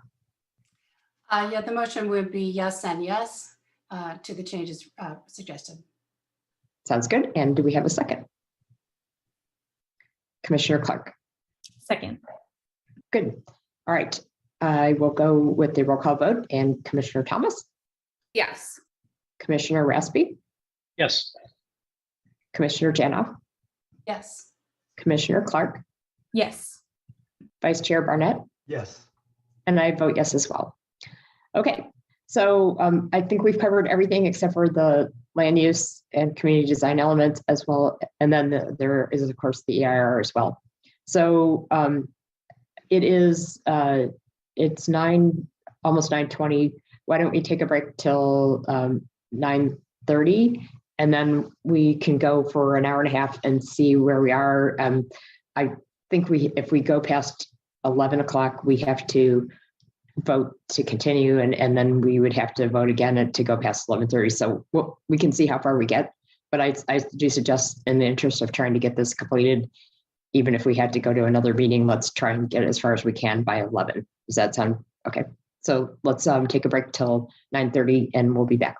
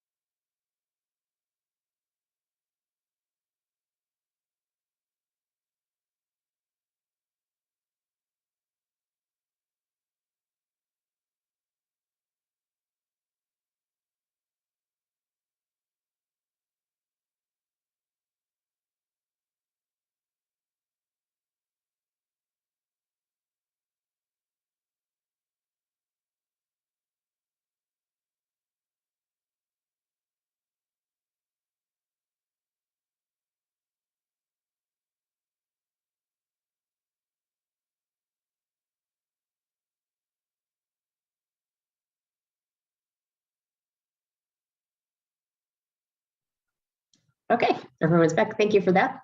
Hope you enjoy your break.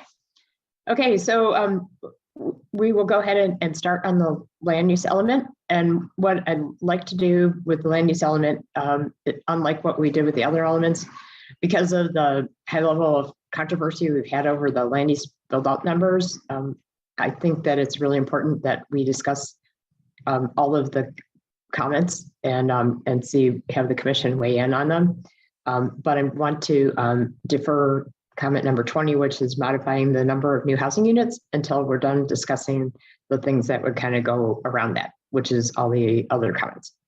So, so I'd like to take each comment one at a time, and it's actually in total numbers, not even as much as we had on the environment sustainability element, but I suspect that there might be more to discuss on them. And then when we do get to the point where we're talking about the numbers, well, we've gotten all kinds of feedback from the community, and also Vice Chair Barnett had submitted his suggestions, and staff has in their staff report on page 6 some possible recommendations that came from council if we were to want to modify the numbers. So with that in mind, I'd like to just start out with number 21, and I think it's a pretty easy one. Modify the land use designation of the property at 15810 Los Gatos Boulevard from low density residential to mixed use commercial to be more in line with the existing use. And staff was recommending it. So, okay. And we don't have to vote on each one at the moment. What we'll do is we'll vote at the end on the ones that we think that are worthy. So generally speaking, we don't need to discuss that. That makes a lot of sense. Number 22, building a high-rise condo on the corner of Los Gatos Boulevard and Los Gatos Almaden. Construction is not within the purview of the general plan per staff, but increased height limits in mixed-use commercial and land use designations could be considered. So I'm going to ask staff to comment on that one, which is that we did propose in the existing draft 2040 general plan to increase the height as well as the densities on Los Gatos Boulevard. So do we think that intent was to go further than that? Would that prevent us from building a high-rise condo complex? So I was hoping staff could comment on that. Thank you, Chair. So this comment, it is suggesting construction of a high-rise, which isn't what the general plan is doing, but as noted by staff, it is the kind of thing that if consideration of modified height limits was something that the Planning Commission wanted to consider, that's more where this document would lead. In terms of that location, the changes to the designation on the boulevard in terms of height limit is 45 feet. That's been raised to 45 feet to match the existing limits in downtown. Generally, I would say that that in most places is not considered high enough for a high rise, but the community development director may have something to add. Thank you. Just a couple of things. I think Ms. Armour touched on the changes. The height is proposed to be increased from 35 feet to 45 feet. And the maximum density is proposed to increase from 20 dwelling units per acre to 40 dwelling units per acre. I believe the site that this commenter is referencing is the what we refer to as the former CBS application site. We actually have an application in for a one-story commercial building there. So we're processing that under the current general plan. So that site probably isn't going to be viable. I would say that if you go down to comment 30, it gets to a similar comment of increase over the 45. So maybe it's best to have that conversation when you get there. Yeah, so I'm going to suggest, I had the same thought as we were discussing it, that this was more about construction, and there was already another comment in number 30. So we could just skip 22 and go on to that, because we know that the issues surrounding that are there. And I will also note for everyone that's not on the Housing Element Advisory Board, we just started going through the site inventory, and a very large number of the potential sites for housing that are on the table right now for the housing element are on Los Gatos Boulevard, but one of them is not this particular site because CVS owns the property and they've already submitted an application for something that isn't related to housing. Commissioner Tana. Thank you. I wanted to add that in the discussions of with the Housing Element Advisory Board, one of the things that I think we'll be talking about is incentives to builders for building higher density housing units. So my advice, whether we get to it now or when we get to number 30, is that we don't increase the maximum heights that we have currently in the general plan in the land use element, but we reserve the right to have incentives in the housing element if that's possible. I think that's great, and we'll get to that when we get to the next one. But I think it's a good time to bring that up since someone else brought that up in the context of this comment. The 23 is including opportunity areas in the general plan as outlined in the land use alternatives report, and staff said not recommended to previous GPAC direction. And even though I was the chair of the GPAC, I didn't remember in our 35 meetings when we discussed that or why we said that. But I suspect it's because we did the general plan after the land use alternatives report. But thank you, Chair. I can provide a little clarification on that. So as the GPAC discussed the land use alternatives report and made a recommendation to Planning Commission, who then made a recommendation to Town Council, that really was a framework that then was going to be implemented in the land use and other elements of the general plan. And so in the discussion of that land use alternative, one of the concerns that came up is how does that actually get implemented? And a concern about if you have something called an opportunity area that covers properties that are in different zones or different land use designations. And then there are some properties that are outside those opportunity areas. And so you have some portions of, for example, a low density or medium density residential designated property, some that are within the opportunity areas, others that aren't. And that gets very complex and confusing as to which are in and which are out. And you've got different rules even within the same designation. And so as staff worked with the consultant to look at how to implement the framework that was approved by Town Council, one of the things that was discovered through that was that most of those opportunity areas, the areas that had high potential for redevelopment and a lot of potential for doing it in a way that's supportive of the community, were our commercial and high density residential areas.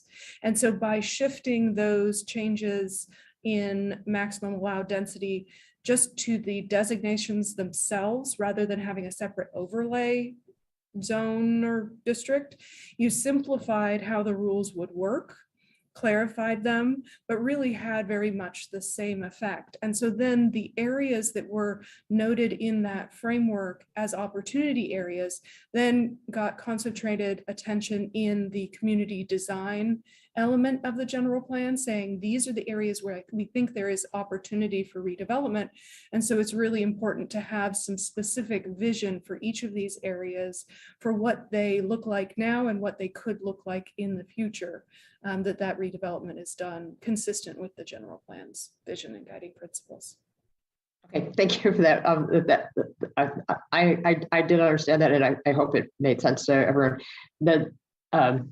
If you look at the proposed modifications to the densities and the heights in the land use section of the draft of the general plan, they're not specific to what geographic area of town they're in. It's more based. We have like low density residential, we have community commercial, blah blah blah. We have these things, and so when we created and we haven't discussed community design element yet, but when we created the community place districts, they're intended to be a vision for what the neighborhood would look like. But when we went through the general plan discussion, no one wanted to create specific zoning for those areas. Instead, we wanted to say it was going to be either mixed use commercial or it could be community commercial or something like that, but we weren't going to have different zones for that. So that was kind of my interpretation of what you said. You said it better than I did, but I think that there was really no reason to change all the things that we did in the general plan after, all the time we spent on it. And I think we have a framework that is going to be just fine for moving forward. I'm not sure who suggested that. Was that from the public? Yes, that was public comment in a number of different public comments that were received, suggesting going back to that as approved by town council. Though I will point out that the implementation of that framework in the form of the land use and community design elements we did go for a kind of check back with town council in November of that same year, for them to take a look at how that was going to be implemented. But since this went to town council multiple times, they're really, and the GPAC had already set direction there, it would be, there doesn't seem to be a lot of benefit to revisiting that. Staff does not recommend it. And that's why you did recommend it. Okay. So I'm going to go on to number 24, which we probably need to discuss more when we talk about the numbers, but I'll put it out there anyways. A lot of people are very worried about increasing densities in low density residential. And so the proposed general plan does have us raising the densities as high as 12 dwelling units per acre. And a big part of that is to facilitate missing middle housing. That's intertwined with the things that we have no control over, which are ADUs, which are ministerial permits. And everyone anywhere is allowed to build a junior ADU as well as a detached ADU. And that's state law. And then we also have SB 9, which is just new this year, and we don't know the full impact of that. So a lot of people have advocated to not increase densities in low density residential because they're afraid there's going to be big, huge high rises in their neighborhood. And so I thought it was worth having the discussion now, even before we start talking about numbers, to see, what commissioners thought about that. Because, the approach that the General Plan Advisory Committee took in recommending the whole framework was that, and I think it was a direct quote from then Mayor Jensen, which is basically no area should not have to help support the growth of, that's expected of the town. And it could be in varying degrees, but that was the direction that was taken. So I open that up for comments. Commissioner Thomas. I think that the changes to the densities were very well thought out and discussed and analyzed. And I think that the ones that exist in the draft 2040 general plan are what we should go with if we have any chance of meeting or, getting a housing element certified and then meeting our RENA requirements. So that's how I feel about it. And I think that it's still the changes that are proposed to height and density, especially in low density residential areas, I do not think are going to cause high rise. It's not going to allow for high rises to be built in areas. But if we don't get a housing element approved, then a lot of things could change and a lot of stuff could get built in places that people don't want. So that's how I view this one. And I think that we should go with the densities that are in the 2040 general plan. And related to SB 9, I think that this kind of connects to number 26. I'm just curious about if this establishing a new low medium density residential land use category, is that even necessary because of SB 9? Because duplexes are going to be happening anyway. So I feel like it's kind of related. This is another density question that's kind of related. So if we could also discuss 26 right now, that might be helpful. Let's talk about both of those at the same time. So And 25 even, honestly. It's kind of more specific, but they're all related to density. Number 25 specific, let's table that one for the second. Okay. But I'm going to make a generalized comment because I know the origin of the low, medium density residential. Okay. So we have low density residential, we have medium density residential. So the proposal, as I understand it, and if staff correct me if I got it wrong, is that there are some community members who are afraid of what the impact of low density residential increase in possible densities would be in their neighborhoods, have said if we created a new designation called low to medium density residential, we could basically put the missing middle housing kinds of things in that. So my question to staff when I first heard of it was, where would we put this? Because every geographic location in town does have a general plan zoning designation. So the response I heard was, well, then we would have to decide where it would be. So then it would be, well, your neighborhood's going to be low to medium density residential, even though you have primarily single family homes now, and maybe someone else would stay low density residential. I see that personally as very problematic, if I understood that correctly, but I would like to hear what you all think. So I think Commissioner Janoff was first, and Commissioner Raspy, Vice Chair Barnett, Commissioner Clark, and Commissioner Thomas again. Thank you. The notion that we could create a separate area for duplexes and triplexes it doesn't make sense given SB 9, which allows for lot splits and for duplexes and fourplexes to be created on lots virtually any size.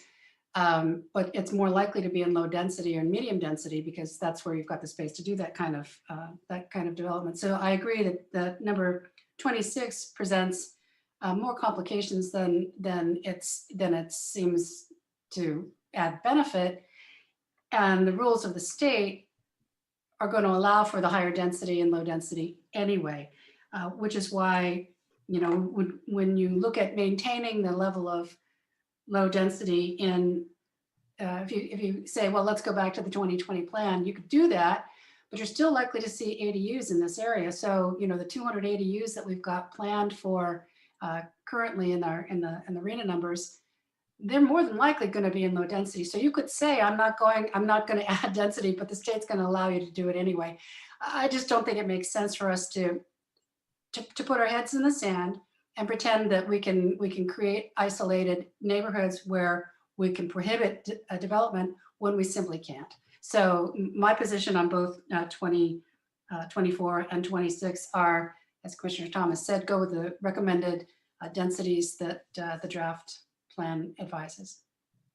Which would mean not creating a new low to medium density residential, because it basically doesn't change the issue. It doesn't accomplish anything. Okay, got it. Commissioner Raspy, then Vice Chair Barnett, and Commissioner Clark, and then back to Commissioner Thomas. Thank you, Chair. Revisiting 24, and it's only because this comment was raised by several commentators. Maintaining the existing 2020 general plan densities for low density residential. Given SB 9, and it's a little bit unfair to staff because I'm asking you to project when we're still in the infancy of this entire discussion. But given SB 9, if we were to theoretically maintain the 2020 densities in those areas, is it likely, unlikely, unfathomable that we would hit our RENA numbers, or do we just simply not know?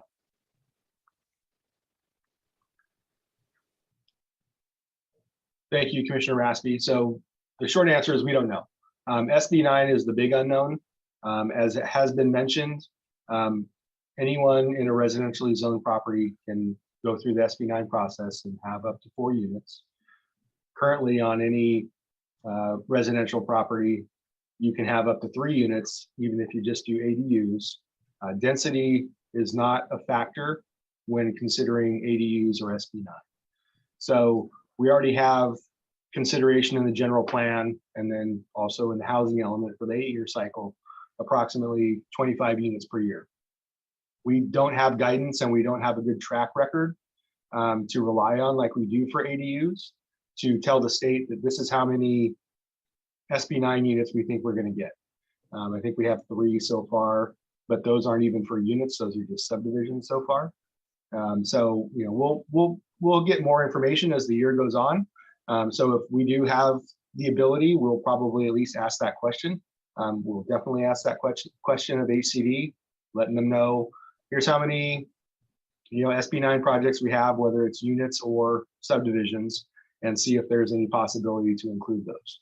I think, you know, there's been a number of suggestions, and you know, I think ultimately the low density, if that is maintained as it is, as staff says, we're neutral on that. Yes, it reduces the number, which is something that a lot of folks want. But ultimately, you know, that's something that also has the impact, as we mentioned in the staff report, is, you know, the work that was contemplated in the missing middle, which now some folks say is kind of superseded by the SB9, that just gets pulled out of the general plan. So, you know, staff's comfortable either way. You know, the big push and the big potential unit counts really are more in the commercial areas. So that's really where we're kind of interested in doing that. The challenge was mentioned before, is most of those sites are on Los Gatos Boulevard. So, you know, then you run into the issue of, well, we're going to concentrate them all on the boulevard, or the predominant number of them on the boulevard. That gets to be challenging from a number of aspects, but you know, staff is neutral. We envision that numbers were going to change going through this process. So, you know, we're comfortable either way. And so I think this is a good discussion to hear the different perspectives of different commissioners as you ultimately get to the point where you formulate a recommendation on specific densities. Great. Thank you, Director Paulson. That answers my question. Yep, and I wanted to have this discussion without the numbers on the table, because I think, you know, the issue is important to discuss. So I do want to ask a question back to staff on your comment, and you brought this up before, and I believe that you answered it, but I wanted to make sure we really understood the answer. Since people can build up to 4 units on any property, I think regardless of even the size of the land underneath it, why would it make it necessary to take the missing middle housing discussion out of the general plan? Because the people could do it anyways. Why, even if we were to potentially reduce the densities, why would we need to take missing middle housing out of the general plan? I can start, and then if Ms. Armour has anything to add. The missing middle is really a different opportunity. You wouldn't be going through SB9 for a missing middle housing project, because we would be increasing the density, which would allow more units outside of that. So you really would have 2 different paths. You have 2 options. You can either use SB9, which has a lot of advantages, or you could go through the missing middle housing component, which would allow more units on a site. So they're really 2 different paths, 2 different options. And so that's something the commission and ultimately the council will have to consider as well. Okay, all right, that helps. Vice Chair Burnett. Yes, thank you. I support maintaining the existing 2020 general plan densities for the low density residential. And I'd like to reserve comment when we get to my my submission to the commission, but I would note that there's sufficient density in the hang on a second, high density mixed use office and service commercial and neighborhood commercial designations to achieve that accomplishment, to achieve that goal and the RENA requirements. So I think that we can do it, and especially in view of the SB9 and the ADU requirements by state law. Okay, thank you for that. Let's see, Commissioner Clark. Thank you. I am not in favor of the changes recommended in 24 and 26. And I just want to say that I think creating a low to medium residential category would be a really bad idea. I think that it would lead to some ugly arguments about what zoning goes where, and I don't know how those kinds of decisions would be made. And the purpose of missing middle housing is that it blends in with these single family homes, not that it gets its own designation in its own neighborhood. And so I also think that it would be kind of circumventing the benefits that we can get from missing middle housing. Okay, thank you for that. Commissioner Thomas. I agree with Commissioner Clark's comments, and I just wanted to say that I feel like it's really important that we have as many pathways as possible for people to develop housing. So including like having the missing middle pathway option, as Director Paulson was saying, and SB9 option, like having both of those moving forward, I think is important for developers and individuals. Okay, thank you for that. And I just wanted to make a note for the entire commission that we're not making a decision on anything right now. We're discussing, and then when we do talk about the numbers, that would kind of go hand in hand, and we'll do like we did with the other elements and take a vote on the entire list of recommended changes to the element. So if you find it later on the discussion that something swayed you in a little bit different direction, it's not an issue at the moment, but I think this is a very good discussion to have. And Commissioner Thomas, you just spoke. Do you have more to yeah, okay.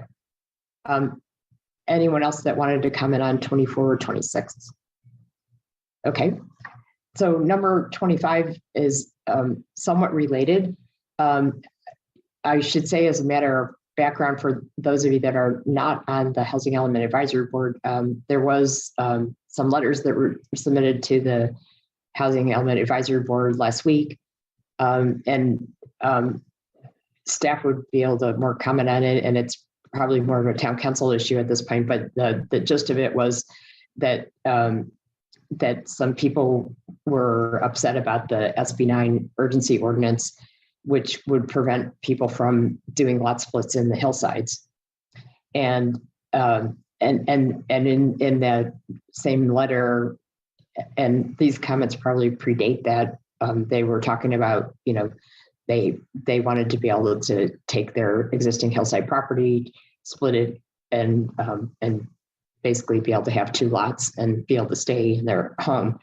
So along with that, we've gotten comments about there's some areas that aren't truly in the hillsides in the sense of big, huge slope and small roads and all the things that the General Plan Advisory Committee worried about in terms of increasing any density in the hillsides. So the proposal is to look at certain areas on the fringes of the hillsides that don't have as much slope in the lots, that could be possible candidates for additional density. So I wanted to just hear what people's comments were in that area, but there was kind of a lot of things flying in the air right now around this topic.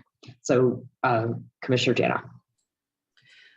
It's unclear what fringe areas adjacent to San Jose might actually be, but we do have two of them included in our areas of opportunity. One, the Union Avenue area, as well as the Harwood area. So those are two that border San Jose that are, kind of the fringe areas of the hillside, I suppose. Well, Harwood for sure, maybe not Union so much. So I'm not really sure what the fringe areas of Los Gatos would be. So I wouldn't be I'm not really understanding this. I would be in favor of making those changes. The other communities that we border, Campbell and Saratoga, I can't see those fringe areas not being truly hillside and being susceptible to the wildfire dangers, which drove the GPAC to saying, no development in the hillside. So I'm not in favor of 25. Okay, Director Paulson, you had a comment? Yes, thank you. Commissioner Janoff just mentioned one of them, which is this was discussed and there wasn't an interest at the time with the GPAC to modify the density of the hillsides. I'll give one instance of what could be fringe. I think this gets to the same conversation as creating a new category of the slow medium. I think the more potentially appropriate option would be, and let's take, you mentioned Harwood. So as you go up Harwood past that shopping center that's in the community place district, there are some hillside residential that come down and they're flat lots. They're not sloped. And so, if that was something that either the commission or the council were interested in, that would probably be a modification to the land use designation, because most of those abut low density residential. So it would be changing it from hillside to low density residential would probably be more appropriate. And I don't know that we have a whole lot of those areas. That's the one that comes to mind, because we did have a very large lot, adjacent to a R18 subdivision, but they're designated HR1. And so that would probably be that fringe. That's not adjacent to San Jose. The only areas in our hillsides that are adjacent to San Jose is really over by probably Hicks Road. So we've got a subdivision out there that was done through a planned development, but we don't really have a whole lot of areas that abut San Jose that are zoned hillside that probably are appropriate from that standpoint. I will say some of the ones on Harwood do back up. They abut San Jose at the rear of their properties, off of Lurche, some of those properties, and probably even some of the Harwood ones. But that's probably a very limited opportunity, and I'm not sure ultimately it's worth the consideration to increase just for a handful of sites rather than potentially modifying the land use designation to the low density residential adjacent to it. Okay, no, thank you for that. That helps to clarify kind of where it would be. I mean, the properties that you were just talking about on off of Hicks Road, I forget the name of the community, but those are very, very, very large houses. I mean, I'm having a hard time visualizing how you would go with those houses that are on pretty large lots, and then add a lot of density, and it's already fully built out, is my understanding. So this sounds problematic to me how you would make that work. But any other comments on this one? Vice Chair Barnett. There we go. I apologize for not reading all the staff reports on GPAC, but I wonder if Mr. Paulson could describe the basis for eliminating hillside from the density increases. Is it the roads? Well, I'm sure Chair Hansen and Commissioner Janoff and potentially Commissioner Clark or Thomas could add some additional, but generally it's wildfire access, so it's, those are the typical issues. So to look at, increasing the density in those areas, even though they are a lot of large lots, it was really some of those safety issues that were a big concern. And I would add that while I think that was the primary element, another component also is that an important component of the character of the town is the views of the hillsides. And so additional housing in the hillsides makes it more and more visible and changes that character.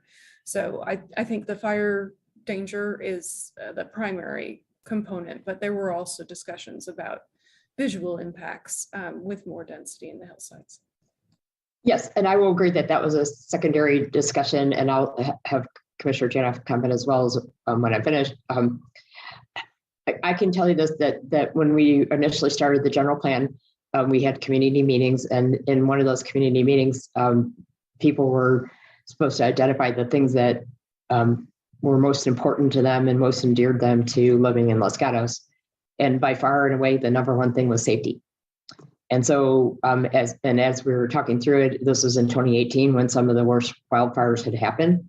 And a lot of people are in the hillsides or in neighborhoods where they have private roads. And those private roads are really skinny roads. They're basically one lane roads. And people are terrified of this scenario where there's a fire and there might be enough room for the fire truck to get up, but there might not be room for anyone to get out.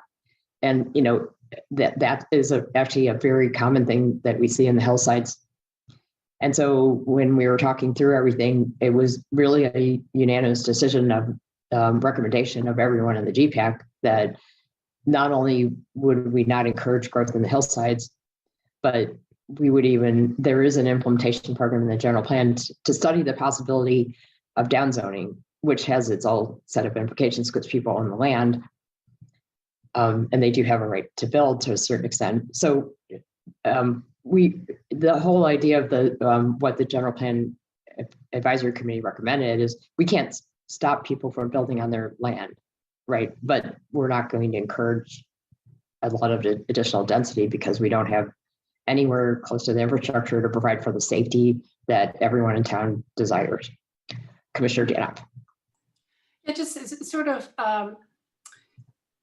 what I wanted to emphasize is that we're walking through the general plan element by element, but when the general plan advisory committee considered the general plan, it was as a whole. And so when we're looking at land use in isolation, but in this particular case, this is where it crosses over to the hazards and safety, or as Ms. Armour suggested, it crosses over to the visual character of the town. So we're looking at these in isolation, but it's important for us to remember as we go through this process that the general plan is a really much larger picture, and the decisions we're making or the recommendations we're making regarding any one of these elements need to hang together with the other elements. And so this is one that was really a really very robust discussion over wildland safety, wildfire, and so on.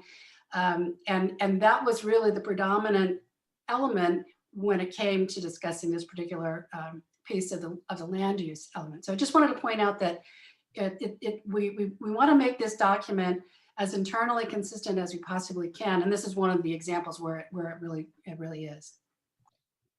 And that was another good thing to bring up too, is about the open space. I mean, the open spaces that the town is responsible for are all in the hillsides, and so when everything added up, it didn't make sense. Now, I did want to add one thing because before we get to the numbers, I mean, there was a lot of discussion in the public domain about the difference between the 3738 number and the 3904 number. I might have to be off a little on the numbers, but the difference being the hillsides, and there is a number in there that says there could be up to 166 hillside units, but it's not as a result of any policy that's recommended in the general plan.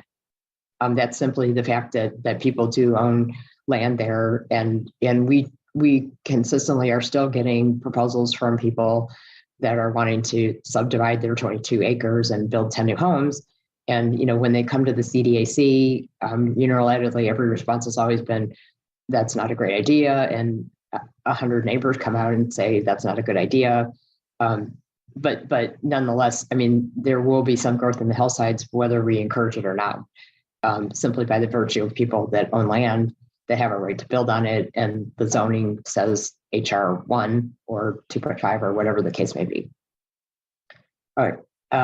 Anyone else have comments on that? Like I said, we're not making a decision at this point. I just wanted to make sure that we put these things on the table, and I think it'll help when we are talking about any adjustments we want to make to the build out numbers. So then 27, utilize maximum FAR only for non-residential components of mixed use projects because housing will be limited by maximum density. And I wanted to ask staff a question about this. I for all my years on planning commission, but I think we've always used FAR. So this would be a departure from anything that we've done in the past.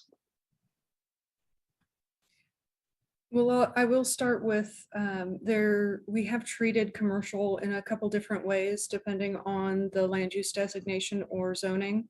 So for example, downtown, there has been a floor area ratio that's been consistently used for the entire building for commercial. And that's been in place for many years. In other commercial zones, rather than an FAR, which is the floor area ratio of the floor area of the building to the property size, there was a combination of a height limit and a lot coverage. And so if you have a height limit of 35 feet and you're talking about an office building, it's really only going to be 2 stories. And if you have a 50% lot coverage, then that is actually effectively the same as an FAR of 1.0, because you could do 2 levels at 50%, you get a 100% of the lot area in terms of floor area. So it's a little bit of a kind of playing around with how to implement these.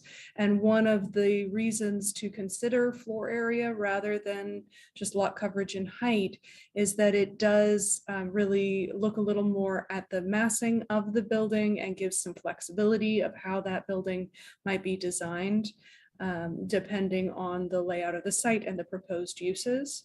But there are different ways of using these different tools handled by different communities. And it looks like Director Paulson has something to add. Thank you, Ms. Armour. So she explained kind of the existing rules.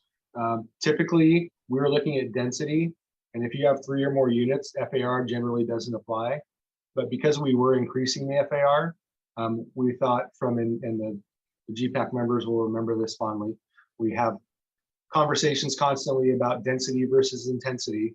So this was intended to capture that intensity component from a total square footage standpoint.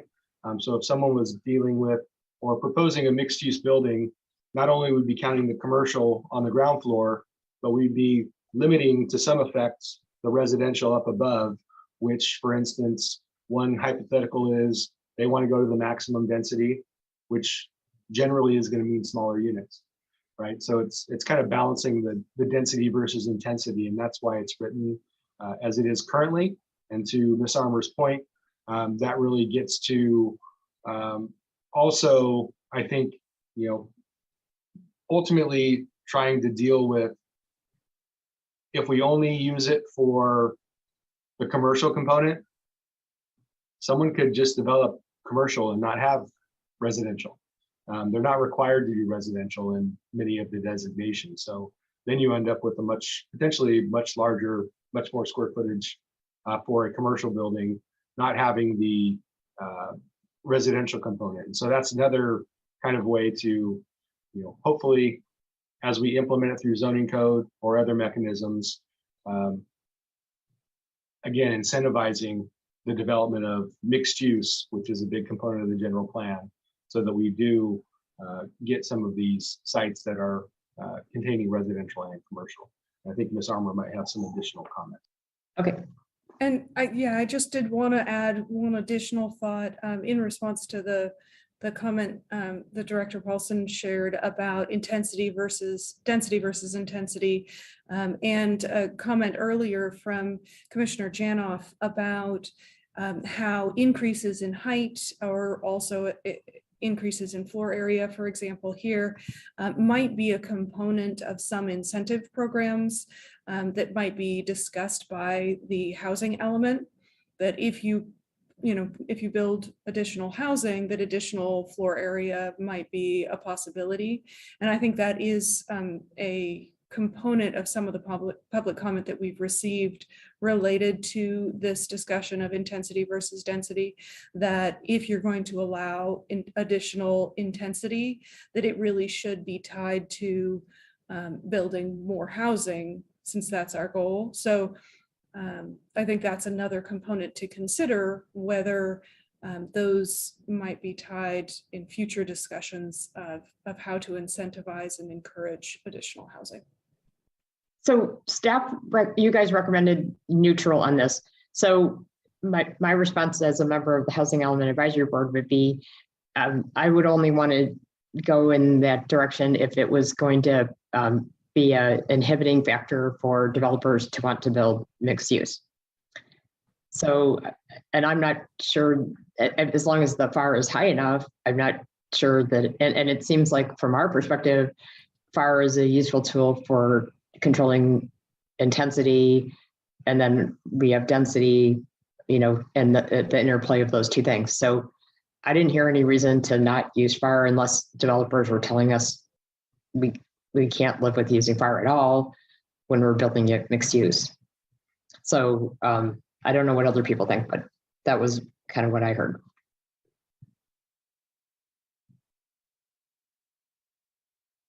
No comments, so I guess you all agree. Okay, right, we'll go on. Okay, so then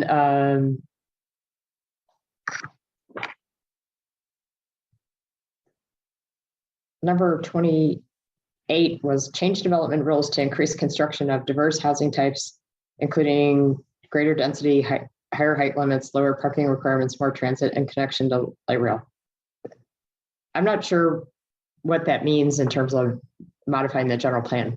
Does staff have any thoughts about this? Thank you. I would say that we are doing some of that with the policies and changes that are proposed in the draft 2040 general plan. I would say that this comment is probably encouraging the Planning Commission and Town Council to consider going farther in some of those areas.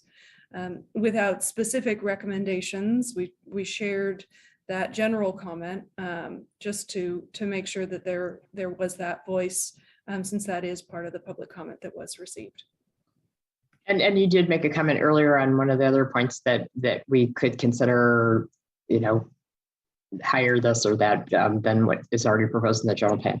So I'm going to take Commissioner Thomas's comment, but it seems like number 28 doesn't really give us any direction in terms of how we should modify the plan, unless someone's saying, well, I wish the FAR was 4 instead of 3. They're not saying what form it would take beyond what we've already recommended. Commissioner Thomas. Yeah, I, in general, support these ideas because I think that they are important for covering a lot of the policies in the general plan, like a lot of the goals that we're trying to reach for our community. But I wasn't really sure where it would be put or how it would change. So yeah, so that's really what my comment was. Well, I think we can kind of save 28 to when we actually talk about the numbers, and then see if people, commissioners have a reaction to, is the number enough? Do we need to do more? Based on what we know today, which might not be everything, but Commissioner Jana. Yeah, again, I think 28, 29, and 30 all speak to the kind of detail that we need to get to in the housing element. They're all about housing. We've provided the framework and the general plan to allow for, and I would just advocate that we allow the housing element to provide the exceptions or the incentives for higher height, higher density. I think, as Commissioner Thomas said, and I completely agree with, these are great ideas, but it's not this part of the general plan where they belong, in my opinion. Okay, so you're saying you wouldn't even address this in the general plan, you'd save it for the housing element? Yes, it's a real detailed and housing specific kind of comment on 28. 29 is allow mixed use in high density. Well, we've talked a lot about mixed use and how feasible that is in high density, whether it's buildable, whether builders build it, kind of thing. But it all boils down to, as other commissioners have said, is how are we going to get the housing that we need? And to me, these 3 items, as well as others, are great incentives, but those details could be fleshed out in the keep this, but move it to the housing element. I was only wondering about 29. I'm going to ask staff. I thought that we, because there's a permitted uses table for every land use designation in the general plan. I thought we allowed mixed use in high density residential, but maybe we don't. I don't have the. No, the residential designations do not allow any commercial. Okay, and we made a conscious decision not to do that. So that might be worth discussing, either as part of our recommendation or deferring it to the housing element. But if we didn't allow it in the general plan, it would be hard to do it in the housing element. Okay, so we can think more about that, but I'm going to take Commissioner Clark's question or comment. Thank you. Yeah, Chair Hansen, your comment that you just made kind of gets at my question, which is, I completely agree with what Commissioner Janoff said. I think that these conversations really are best held in the Housing Element Advisory Board, where there's a large group of experts and they're having those specific conversations. But then what is the role of the general plan when we are understanding that that's where these conversations will exist? Like, is it really important that we make sure all of these ideas that we think are good will be possible, or do we understand that they might need to go in and make some changes to the decisions that will be made on the general plan? I'm going to ask staff to comment on that one as well, so that I know we're thinking the right way about it. Director Paulson. Thank you, Chair. I think, ultimately, as we go through the housing element, we're going to hopefully get a general plan adopted. Then we're going to look at the housing element for those land use designations and see what number we can get to. There is a chance for one or more sites or even designations. If we're not getting to the numbers, or HCD is not agreeing with all the sites that we selected, so we have to come up with other ideas, there may be implementation programs that have to be added. The hope is that that will be a minimal number of modifications that would be subsequent changes to the general plan. I think specifically to 29, rereading it, and I will say, and we probably should have said this in the beginning, we're all interpreting public's comments, which we may or may not be getting 100% right. So if any of these we're getting wrong, please feel free to submit additional written comments. But in hindsight, looking at 29, we have very limited high density residential land use designations. And so I actually, in hindsight, would say staff would not recommend 29. Those are traditional high density from the town's perspective, multifamily apartment buildings and things like that. We do have high density residential built into some of our commercial, the mixed use specifically. So just wanted to provide some of that context as well. So I think what you're saying is, if we want to have high density mixed use, we should have that be a mixed use designation, not modify high density residential. That's correct. Okay, so you're going to change your recommendation on 29 to not recommend it for the reasons we just discussed. Okay, got it. Okay, that helps. All right, and that clarifies kind of what we were discussing when we went through the general plan. So I think we've covered actually 28, 29, and 30, unless people have other comments. On number 30, I'm going to go with what Commissioner Janoff was saying, which is that it might be a good tool for the housing element, but we may not want to go and create like artificially high general plan limits, and when we could use it as a technique to motivate people to do affordable housing. So we can have that discussion more when we were talking about the land use build out table and the standards.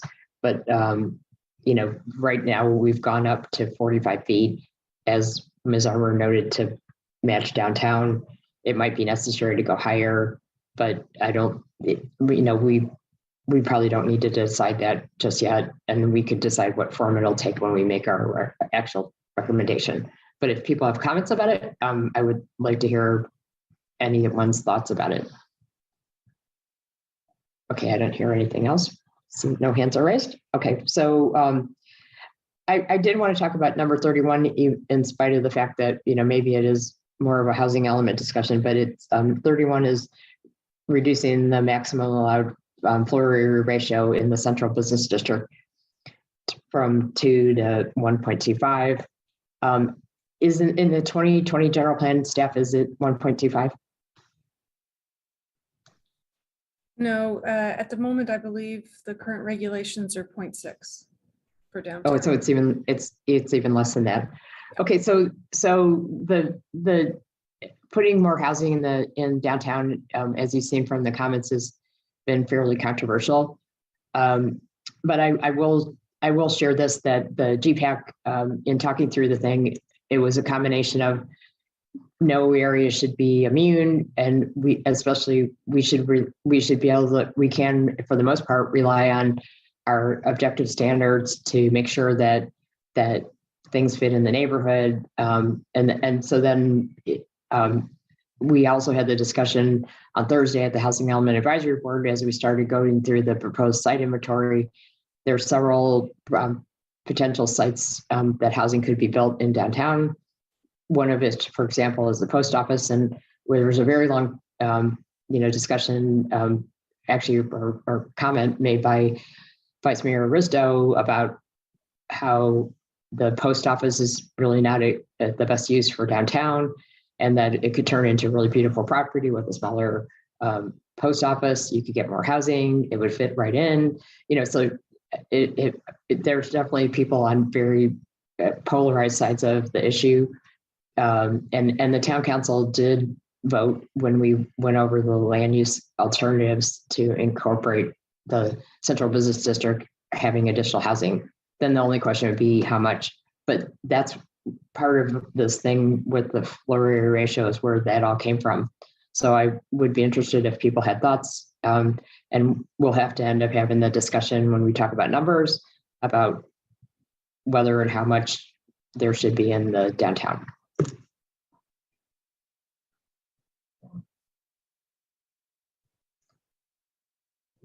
No comments. Okay. Well, we'll defer to when we talk about the numbers. Let's see. There was several comments about the North 40 and the general response that was given, and some of this was in the EIR, some of it was in other places, but the developers of the North 40, as my understanding, the specific plan that governs the North 40 is separate from the general plan, but it's not in conflict with it. And it has standards for how much can be built. And because there's the potential of additional housing, and staff jump in if I'm getting it wrong, that the developers can enter in a development agreement with the town to build more housing, which would supersede the limited amount of housing that they're able to do in the North 20. Did I get that right? Yes, I think you got that pretty right. One of the things that I would add is that because the two specific plans that we have in town are included in the general plan, both as the zoning designation and the general plan designation, it's there in place of other designation that might have been there previously. And so those really, it does kind of defer to the rules that are in that plan. It looks like Director Paulson has something to add. Thank you, Ms. Armour, Chair. So ultimately, yes, I think most folks are aware there's very limited number of units left from what's currently allocated in the North 40 specific plan, 33 units. There's been a lot of talk about the potential for additional units out there. There's multiple paths. You mentioned one, which is a development agreement, which would probably have to be coupled with plan development, which was also the other minor change that was made to the specific plan. The other probably more appropriate option would be to do a specific plan amendment to increase that number. The current general plan looked at far more units than were ultimately approved out there. I believe the number in the EIR was 750 units for the North 40. So there's some capacity there from an environmental clearance perspective, potentially. But should the commission think that more units should go out there, those of you on CDAC saw a CDAC application that would have more units, which staff at that time said would require a specific plan. But as you mentioned, there is the plan development agreement option that may also be possible. But if it's the interest of the Planning Commission from a recommendation standpoint that number should be increased in the specific plan or through another mechanism, I think that would be great input for council. Okay, so then I think that is something that we should discuss. So, so that what I'm understanding from staff's perspective is that the modification wouldn't happen in the general plan. It would happen in the specific plan because the specific plan has all the objective standards of how we would do the North 40. And so the right way to go about adding more housing would be to modify this specific plan. Do more than just generally say, Yeah, so I think what we probably would recommend would be ultimately an implementation program that says modify the specific plan to increase the number of housing units. So for instance, on the boulevard, which is the mixed use designation, the current draft general plan is going up to 40 units per acre. The current specific plan is at 20 units per acre, which is the existing general plan designation for mixed use. So that could be part of the conversation as well. okay, all right. So that's probably an important thing that we should resolve before we finish recommending any changes to the land use element, is whether or not we would recommend to add more, to modify the specific plan to add more housing. Commissioner Jana. Yes, thank you. I'm in favor of modifying the specific plan to include more housing, particularly since the EIR for the North 40 would accommodate additional houses. And it's also one of the areas that's probably on the Housing Element Advisory Board's site selection list. So we're already thinking of it in terms of providing additional housing. It makes sense to me that we open it up to that possibility. It may not go there, but at least it gives us the option. And I think that makes sense. That's good. Okay, so Commissioner Raspy. Just to err the contrary view, excuse me, my only concern is those units are just coming online now. And so we really don't have a full sense of their impact on this community. And so I'd like to have a further discussion of what the impact of those additional units might be to infrastructure, all those areas that various commentators have raised as part of that discussion. I think that would be valuable. Thank you. That was a good thing to bring up. I would just point out that what Director Paulson said, when the North 40 Phase 1 application was approved, the EIR was studied for the capacity of 725, or was it 750 units? But it was a much bigger number than the 320 units that we have. And so the environmental impact report looks at transportation and air quality and all those impacts. And it was, although I remember that there was significant unavoidable impacts primarily into transportation, there was something in the order of $10 to $12 million of mitigation that was paid for by the developers to alleviate that and reduce the impact somewhat, although it was still significant. Did I get that right, Steph? So I'm not sure if studying the thing further would have any impact if we already studied it for 750 units. Commissioner Thomas, and then Commissioner Jana. I understand Commissioner Raspy's concerns, and I think that we should be very thorough, but I assume that if there were any major changes to the plan and then there was actually development that would happen, we would have to do a very thorough analysis of the impacts. So I don't know if that's kind of like doing an analysis now before changing, if that's kind of putting like the cart before the horse or not. But I might not be fully understanding the situation. I'm going to put that back to staff. I mean, supposing that we modified the specific plan to allow what was proposed in the CDAC hearing. I don't remember, was it 300 more units or something? But right now they were only allowed to do about, I think, 30 more units, because the whole idea of the original specific plan was most of the housing would be in the southern part, and then as you move north, you would have more commercial. And so they were only in the original specific plan only allowed to do residential over commercial and not on a standalone basis, but it's been moving in the direction of more. Do we need to redo the EIR if the town ends up going in that direction? Thank you. And so answer to that question is maybe. We would evaluate that when we received an application and look at the, whether or not we would have the ability to rely on the specific plan EIR or whether additional environmental review would be required.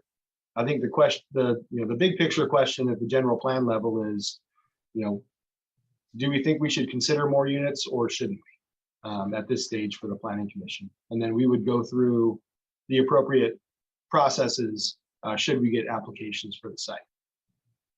Okay. Okay. So it depends. All right, Commissioner Janoff. Thank you. I wanted to add that we're as we go through the process through the Housing Element Advisory Board, we're mindful of the concern, the big concern that too much development occurs in an area that's already overloaded, and that's a consideration at the element level. We're at the general plan level, which says where can we provide, where might development possibly happen. We're not saying it will, and certainly it wouldn't be North 40, Los Gatos Boulevard, Los Gatos Boulevard. I mean, we couldn't support that. HCD probably wouldn't certify that. So we have to be careful. So again, we're at a high level here with the general plan thinking, we've got areas in town that could be developed and it could be beneficial for town. We just need to be able to have the ability to look at those areas or consider development or not. And I think because our numbers are so high, it's beneficial to have more areas to consider than not, to help us hopefully get to where we need to be. So I just wanted to remind everyone that we're not saying it's going to happen. We're just providing for, okay, these are potential areas that could work if we loosen some of the bounds that are in place right now. And I would also note, I mean, several of you guys are on the CDAC. I listened into the CDAC hearing where the, Harmony Park Development and those guys were presenting their ideas for developing the North 40. And the Los Gatos Community Alliance, who's been very vocal about limiting the amount of housing in town and being conservative and they've been very vocal about it. They were all for putting more housing in the North 40. And you could ask what are all the reasons for that, but I mean, the fact was that was a big thing. So I'm going to concur with what Commissioner Janoff said, which is that we probably shouldn't eliminate any options unless there's a really good reason for doing it, especially when we have to come up with that much housing. And in the balancing act tool that's out in the public right now, the North 40 is a place where housing could be put in terms of the draft site inventory. So we don't have to make a recommendation right now, but there are definitely reasons to consider it. Let's see, let's keep going and see if we can at least get through the recommended changes. Number 33 and number 34 are just wording changes to the existing policies. Number 33 is adding the word environment to having to evaluate projects and mitigate and have mitigation measures for the things on the list, which they're adding the environment to this. It says urban services, wildfire risk, including utilities, police, and fire. And staff, you said you were, and then the second one, 34, is to add the words migration and biological corridors when we're trying to ensure that housing in the hillside will not adversely impact the natural environment. So the question for staff is, since we have CEQA, you said you were neutral to adding the word environment to that policy statement in LU 3.2. I mean, since we already have CEQA, what would be the benefit of adding the word environment to that policy? Thank you. I would say that we labeled this one and the next as neutral because that is covered elsewhere and through CEQA, that it's not a problem to add that additional language to those two policies. We haven't identified a significant problem with that, but that it is generally the sense is that it is covered either here or in other locations in the document or CEQA. So that's why you're neutral, is it doesn't really materially change anything one way or the other to have it in there. And then I assume that migration and biological corridors, as in adding that to number 34, is in the same category from Correct. staff's perspective. Okay. Does anyone have a feeling about, is it important to add it, or is it worth it? Commissioner Clark. And then Commissioner Thomas. I would be in favor of both of their additions for number 33. I feel like if the public feels like that is important to have in there, then I'm perfectly happy to put it in. And for number 34, I actually think that increases consistency within the general plan, just because we've discussed some other areas that talk about wildlife corridors. I hate to belabor this point, but since I heard all the people testify in the hillsides when we did the fence ordinance, in 34, it says ensure the housing in the hillsides will not adversely impact the natural environment, then adding migration and biological corridors. And so it's probably redundant to the natural environment, but given what was said and some of the testimony we got from people in the hillsides, would we be having to add like a checklist once that wildlife corridor study is done, and when people are trying to build and say, well, you can't build there, because that would basically, be included in the idea of the least restrictive development area because it impacts a wildlife corridor? I mean, I don't think we know yet, but I'm just asking the question in terms of where would this go? Well, I'd expect that if we do a wildlife corridor study, that would result in some specific recommendations, that we would be looking at how that study then might be implemented, and that would go through discussion with the Planning Commission and Town Council as to what components of that might be, say, added to the hillside development standards and guidelines as a new map, or specific restrictions that would be part of the follow-up discussion to doing that study.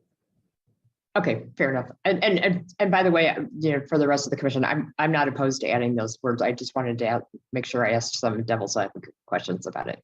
And so what I heard is it's really premature because we haven't done the wildlife study, and then then there would have to be recommendations that came out of that, and so there's nothing to be concerned about adding those words.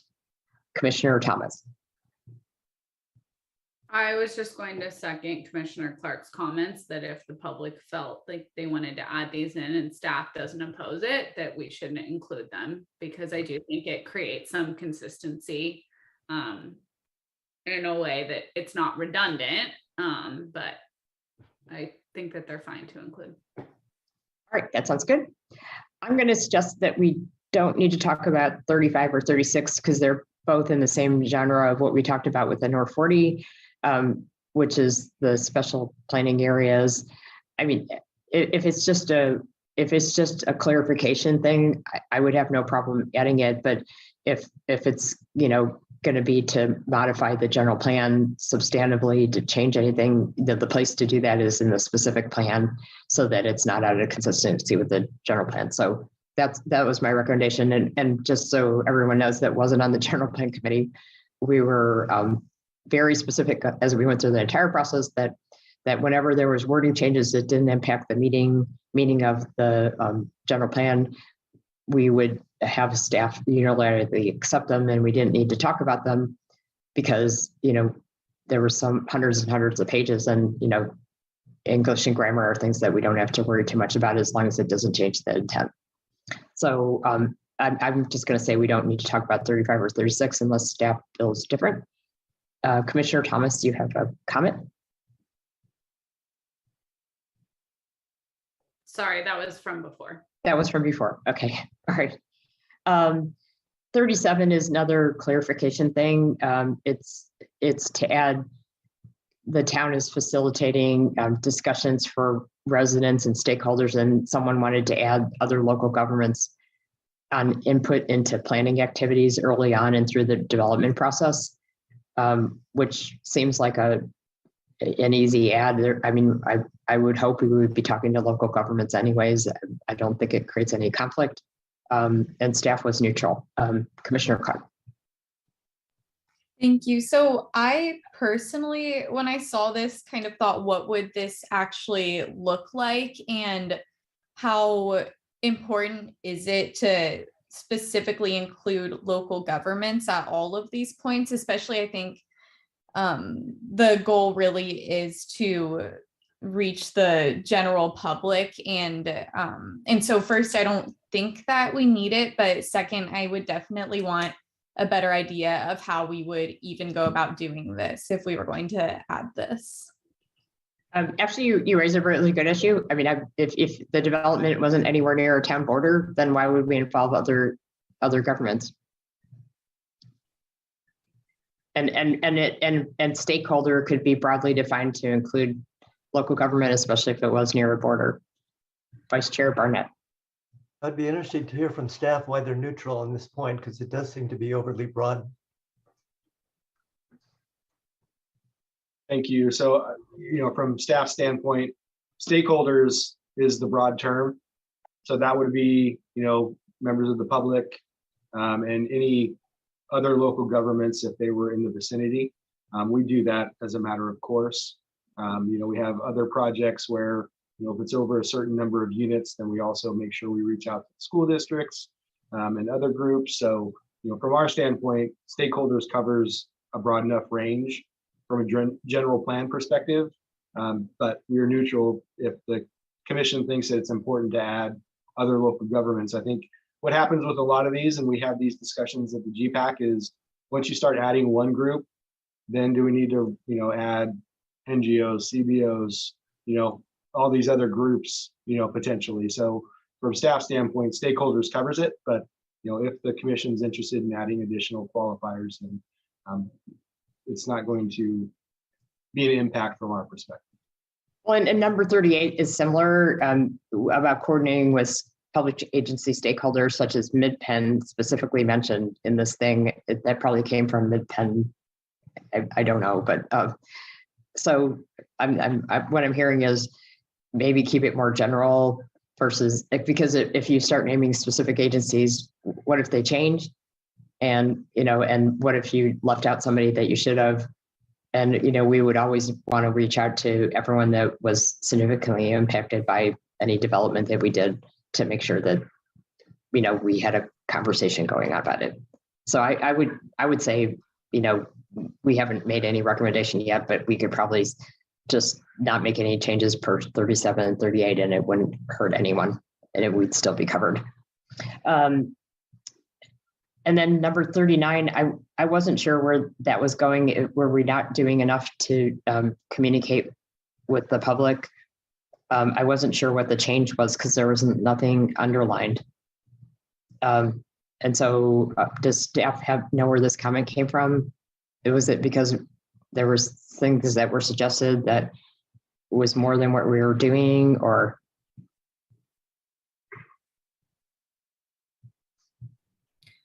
So if we look at what the existing language is for policy LU-20.4, it's talking about a variety of public communication methods, and it says that the town shall continue to share public information across a variety of media, technology, and traditional platforms based upon the demographics of the community.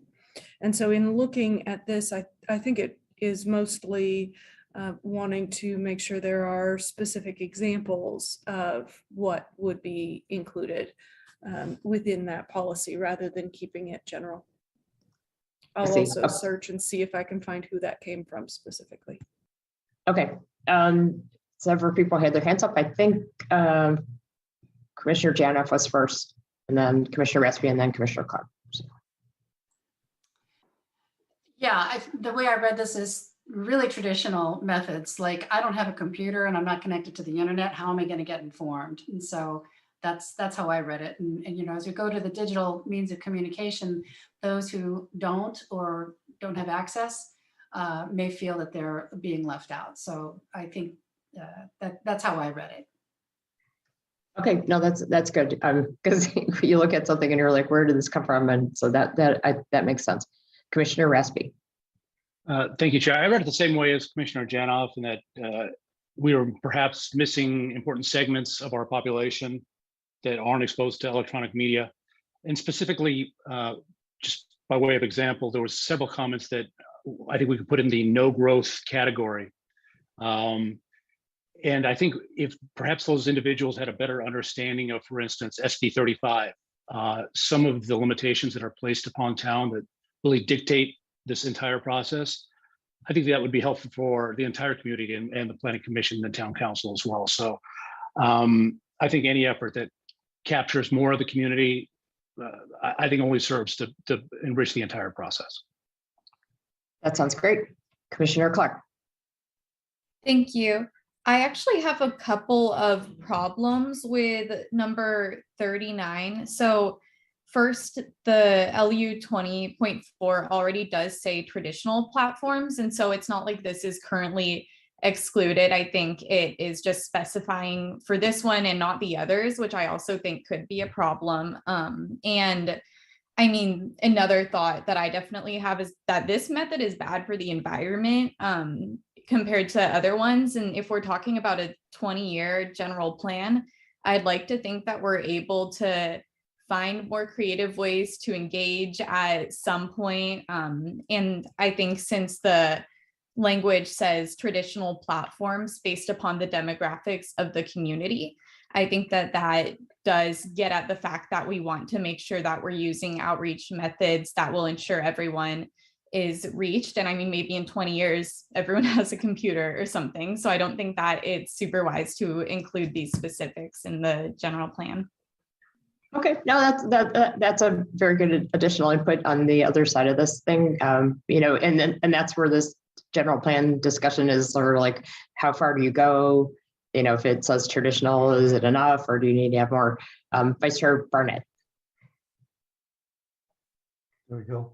Yeah, I wanted to agree with Ms. Clark on this particular matter. I think that the existing LU 20.4 is broad enough, and we keep talking about keeping the general plan at a high level. And I think this is really getting down into the weeds.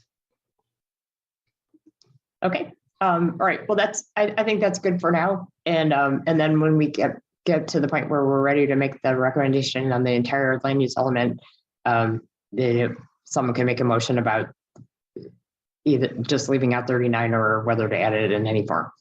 And then number 40, I'm going to add it in the same bucket of the North 40. The 40 says to modify the North 40 specific plan to allow up to 40 dwelling units per acre to be consistent with the mixed use land use designation on Los Gatos Boulevard. We can certainly include modifying the specific plan. I'm going to ask staff a question though, when we get to talking about numbers and specific recommendations. Were you hoping that the Planning Commission would make a recommendation like that specific about what density?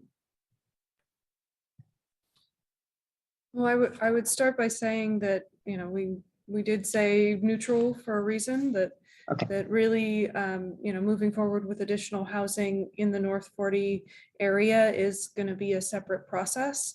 But as Director Paulson stated, if there is an inclination from the Planning Commission based on your discussions, that is something that you think would be worthwhile and that you do want to recommend and support, that is kind of that's a discussion point that we could bring forward to Town Council. Okay, all right. So it's probably worth, you know, being somewhat specific about it, but we don't have to decide it right now. Vice Chair Barnett. Sorry, that was a holdover. Oh, it was a holdover from before. Okay. Well, we did get through all of the recommended changes to the land use element except for number 20, which would be to talk about whether or not we should modify the number of new housing units. Now it is 10:54, and so I don't know that we certainly aren't going to be able to finish everything tonight, but we could decide to vote to move forward to 11:30, or we could vote to stop and then take up the discussion of the numbers and the community design element, and then the final recommendations on the EIR. So those are the options that we have right now. And we do, I'm going to ask staff, I think because of our agenda, we do have to have the report from community development director, subcommittee reports, and our normal stuff for our meetings. Is that correct? I don't believe we need to have those. I guess I could check and Okay, see. or- It and if could we just don't- have been our standard Okay. agenda, since those will be taken care of on Wednesday. Mr. Paulson. Yes, I would say, yeah, we probably could have struck those from this agenda since we're going to be meeting Wednesday anyway. Obviously, you guys have been going at this for just shy of 4 hours. This next topic is going to probably engender a lot of discussion, so I'm not sure it would be good to start it if you don't think you're going to finish it. But that's my personal opinion, and ultimately it's up to the commission. Okay, well, Commissioner Janoff, you had a comment? Yeah, I agree. I don't think that we're likely to get finished with the land use element tonight. But if it's possible, I think it would be very beneficial for the commission to have a framework for how you would like to carry the discussion forward, so that we have, you know, if it's a table that you have in mind that we're going to do number adjustments, or, you know, help us understand the structure of the logic that you want to go through, so that we can be prepared to think through those numbers and the rationale for any changes or no changes. Thank you for that.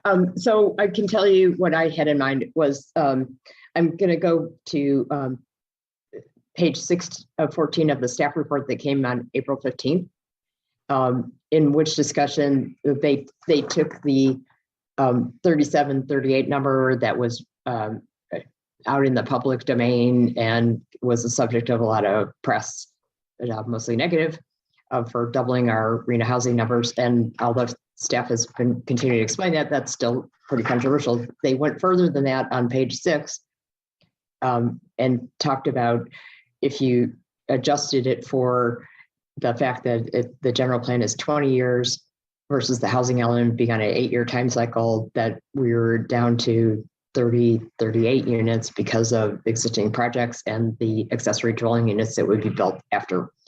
So then the question would be, you know, do we, and they said specifically, therefore, if you consider the 1993 times a 15% buffer of 2292 units, comparing that to 3038, in theory, our 746 housing units greater than the expected need for the housing element if you took it to the minimum. So that is followed by some potential reductions in housing development capacity that were suggested by staff after the result of the meeting that they had with town council back in December, where they talked about, you know, potential directions where to go. And the town council is not telling us to reduce the number. They're just saying that if we thought it was recommended to reduce the number, then these are some ways that we could do it.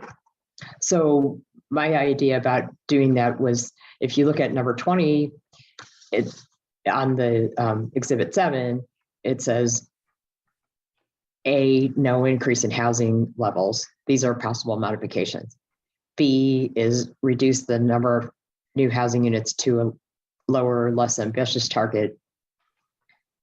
C, reduce new housing units to 1993, which is the exact amount of our RHNA.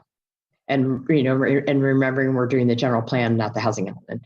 And D, reduce the number of new housing units to 1993 plus a 15 to 20% buffer. So the place we have to kind of start is, I think, number 20, which is, you know, can we rule out a couple of those options? And there is actually option E that's not on here, which would be to leave it exactly as it is. So that's where I'd ask you guys to start for when we do our next meeting, and think about what are your responses to A, B, C, D, and E, and then we can talk about how, if the desire is to modify the housing numbers and make them lower, what are the best ways to do that? and I think that'll be a good discussion. Does that give you enough structure, Commissioner Janoff, in terms of what I was thinking of? Yeah.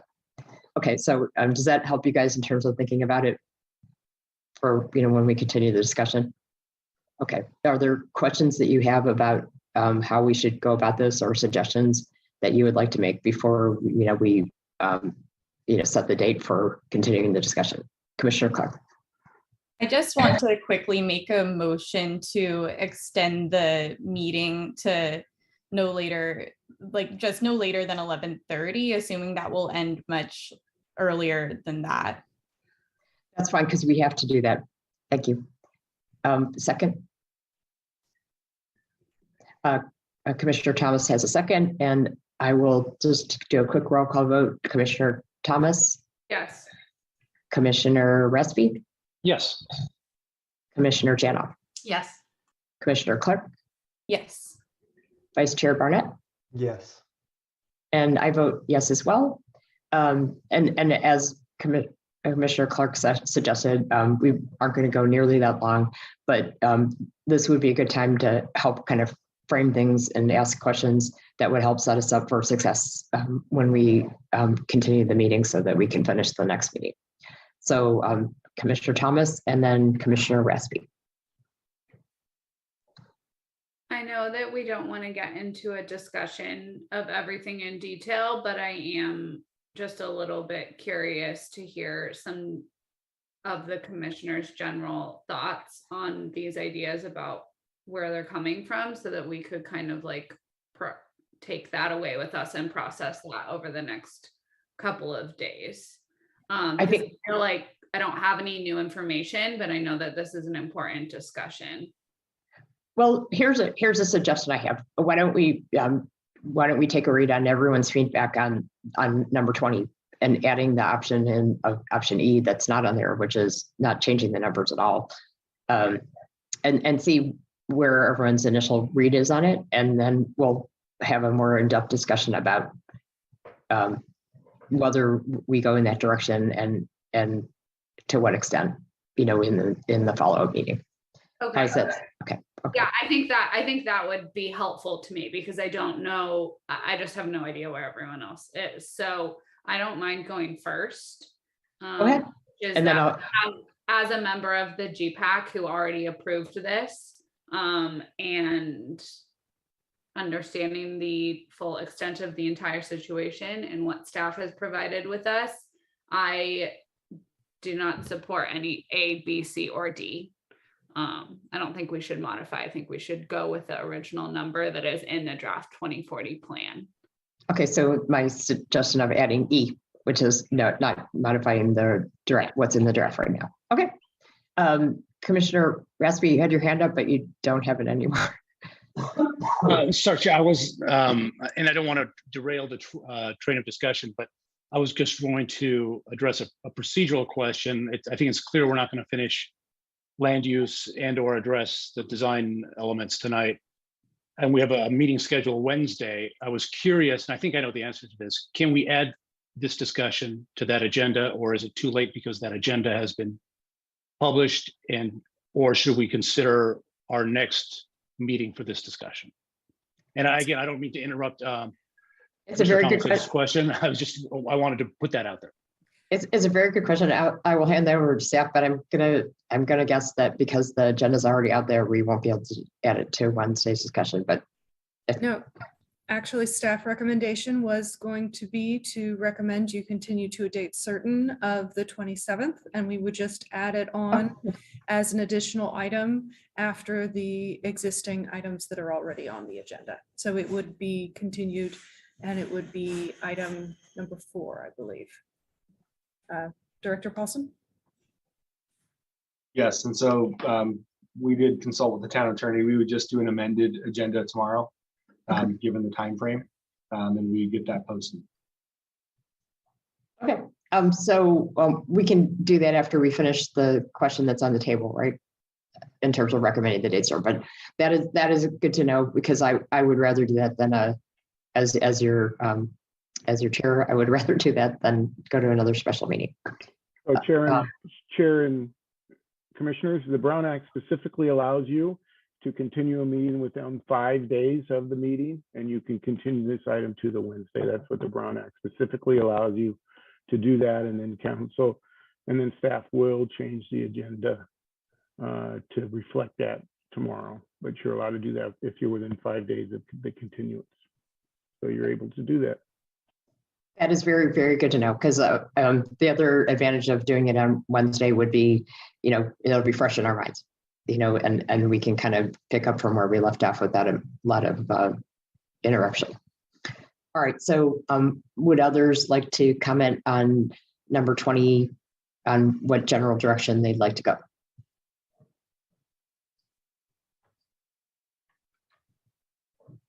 Vice Chair Barnett.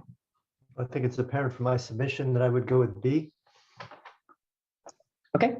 All right. And I don't know if you all saw Vice Chair Burnett's submission, but he had a spreadsheet with specific recommendations that he was advocating for. So, okay.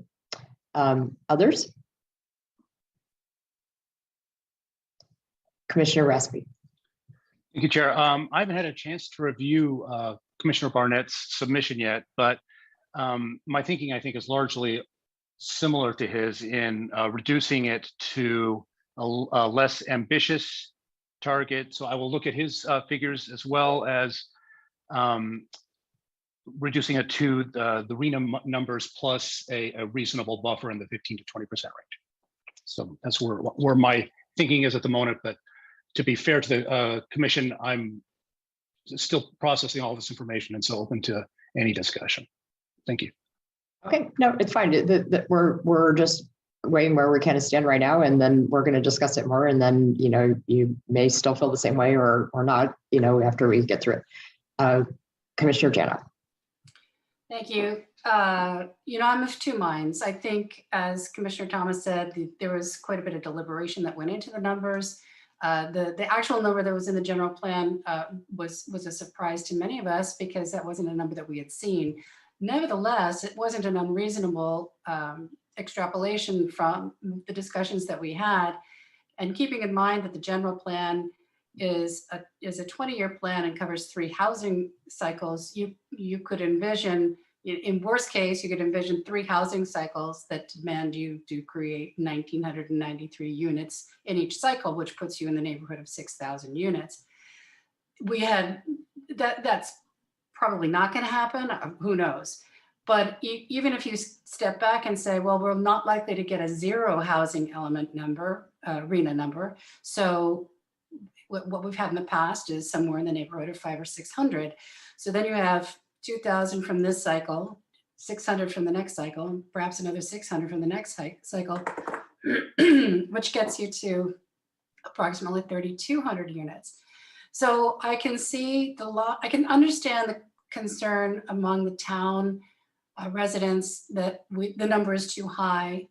And there's a difference between planning for a high number and saying that is the number that's going to be built. So that's an important distinction in my mind. Having said that, I would recommend that we do B, but probably with a more ambitious, less ambitious target than certainly than Commissioner Barnett has proposed in his table, because I think we do need to be mindful of the future cycles that will be under the umbrella of this general plan should it get recommended and approved. Having said that, if we're going to review the land use element every 5 years and make adjustments as needed to accommodate the trend of housing development under the current cycle or what we see in the future cycle, then I can see that we could have a less ambitious number now, but then the town would need to understand that it could get ambitious later. So, it's kind of a question of managing expectations, and I want to be sure that the Planning Commission, in whatever we recommend, is really dead clear on this is this housing element, this is the next housing element, this is the next, so we separate out all of those pieces so residents can understand where those numbers are, what those numbers are tied to, what are being actionable, what's actionable in this cycle versus outlying cycles, and why the general plan needs to plan for more than just the current arena cycle. So that's my short explanation of why I'm at a B, a fat B. Thank you for that, Commissioner Clark. Thank you. Yeah, something that I would like my fellow commissioners to consider before the next meeting is how many units, not that you want the arena number to be or anything like that, but how many units you want to be built. Because I think that the reality is that that number is so big because they're not going to get built. Like, it is so hard to develop, and like no matter how hard we tried, that's not gonna happen, especially just because of the amount of time that it does take to build. And so I think that I'm more in favor of keeping it a bigger number, because that way we're allowing for more opportunities for development in hopes that we might actually meet our RHNA number. And I think in terms of getting our housing element through, we've seen that HCD is very, very strict as we watched the Southern California cities go through review.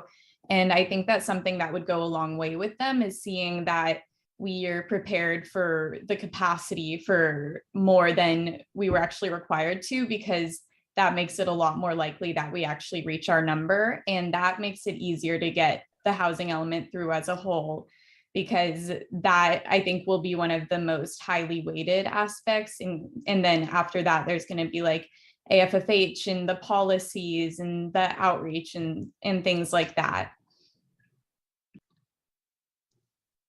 Okay, no, thank you for that. All right, so I'll weigh in.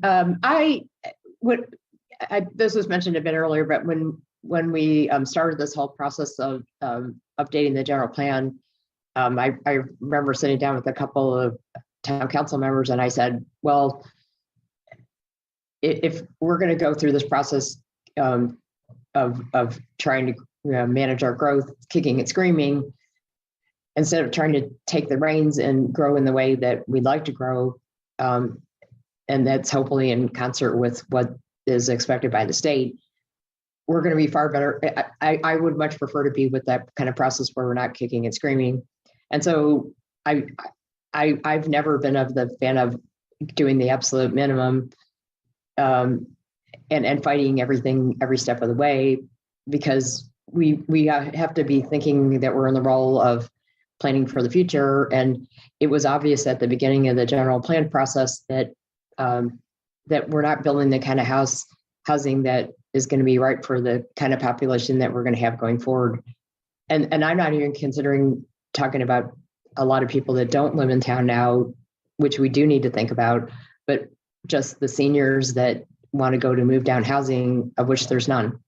There's senior memory care and things like that, but there's no move down housing for seniors.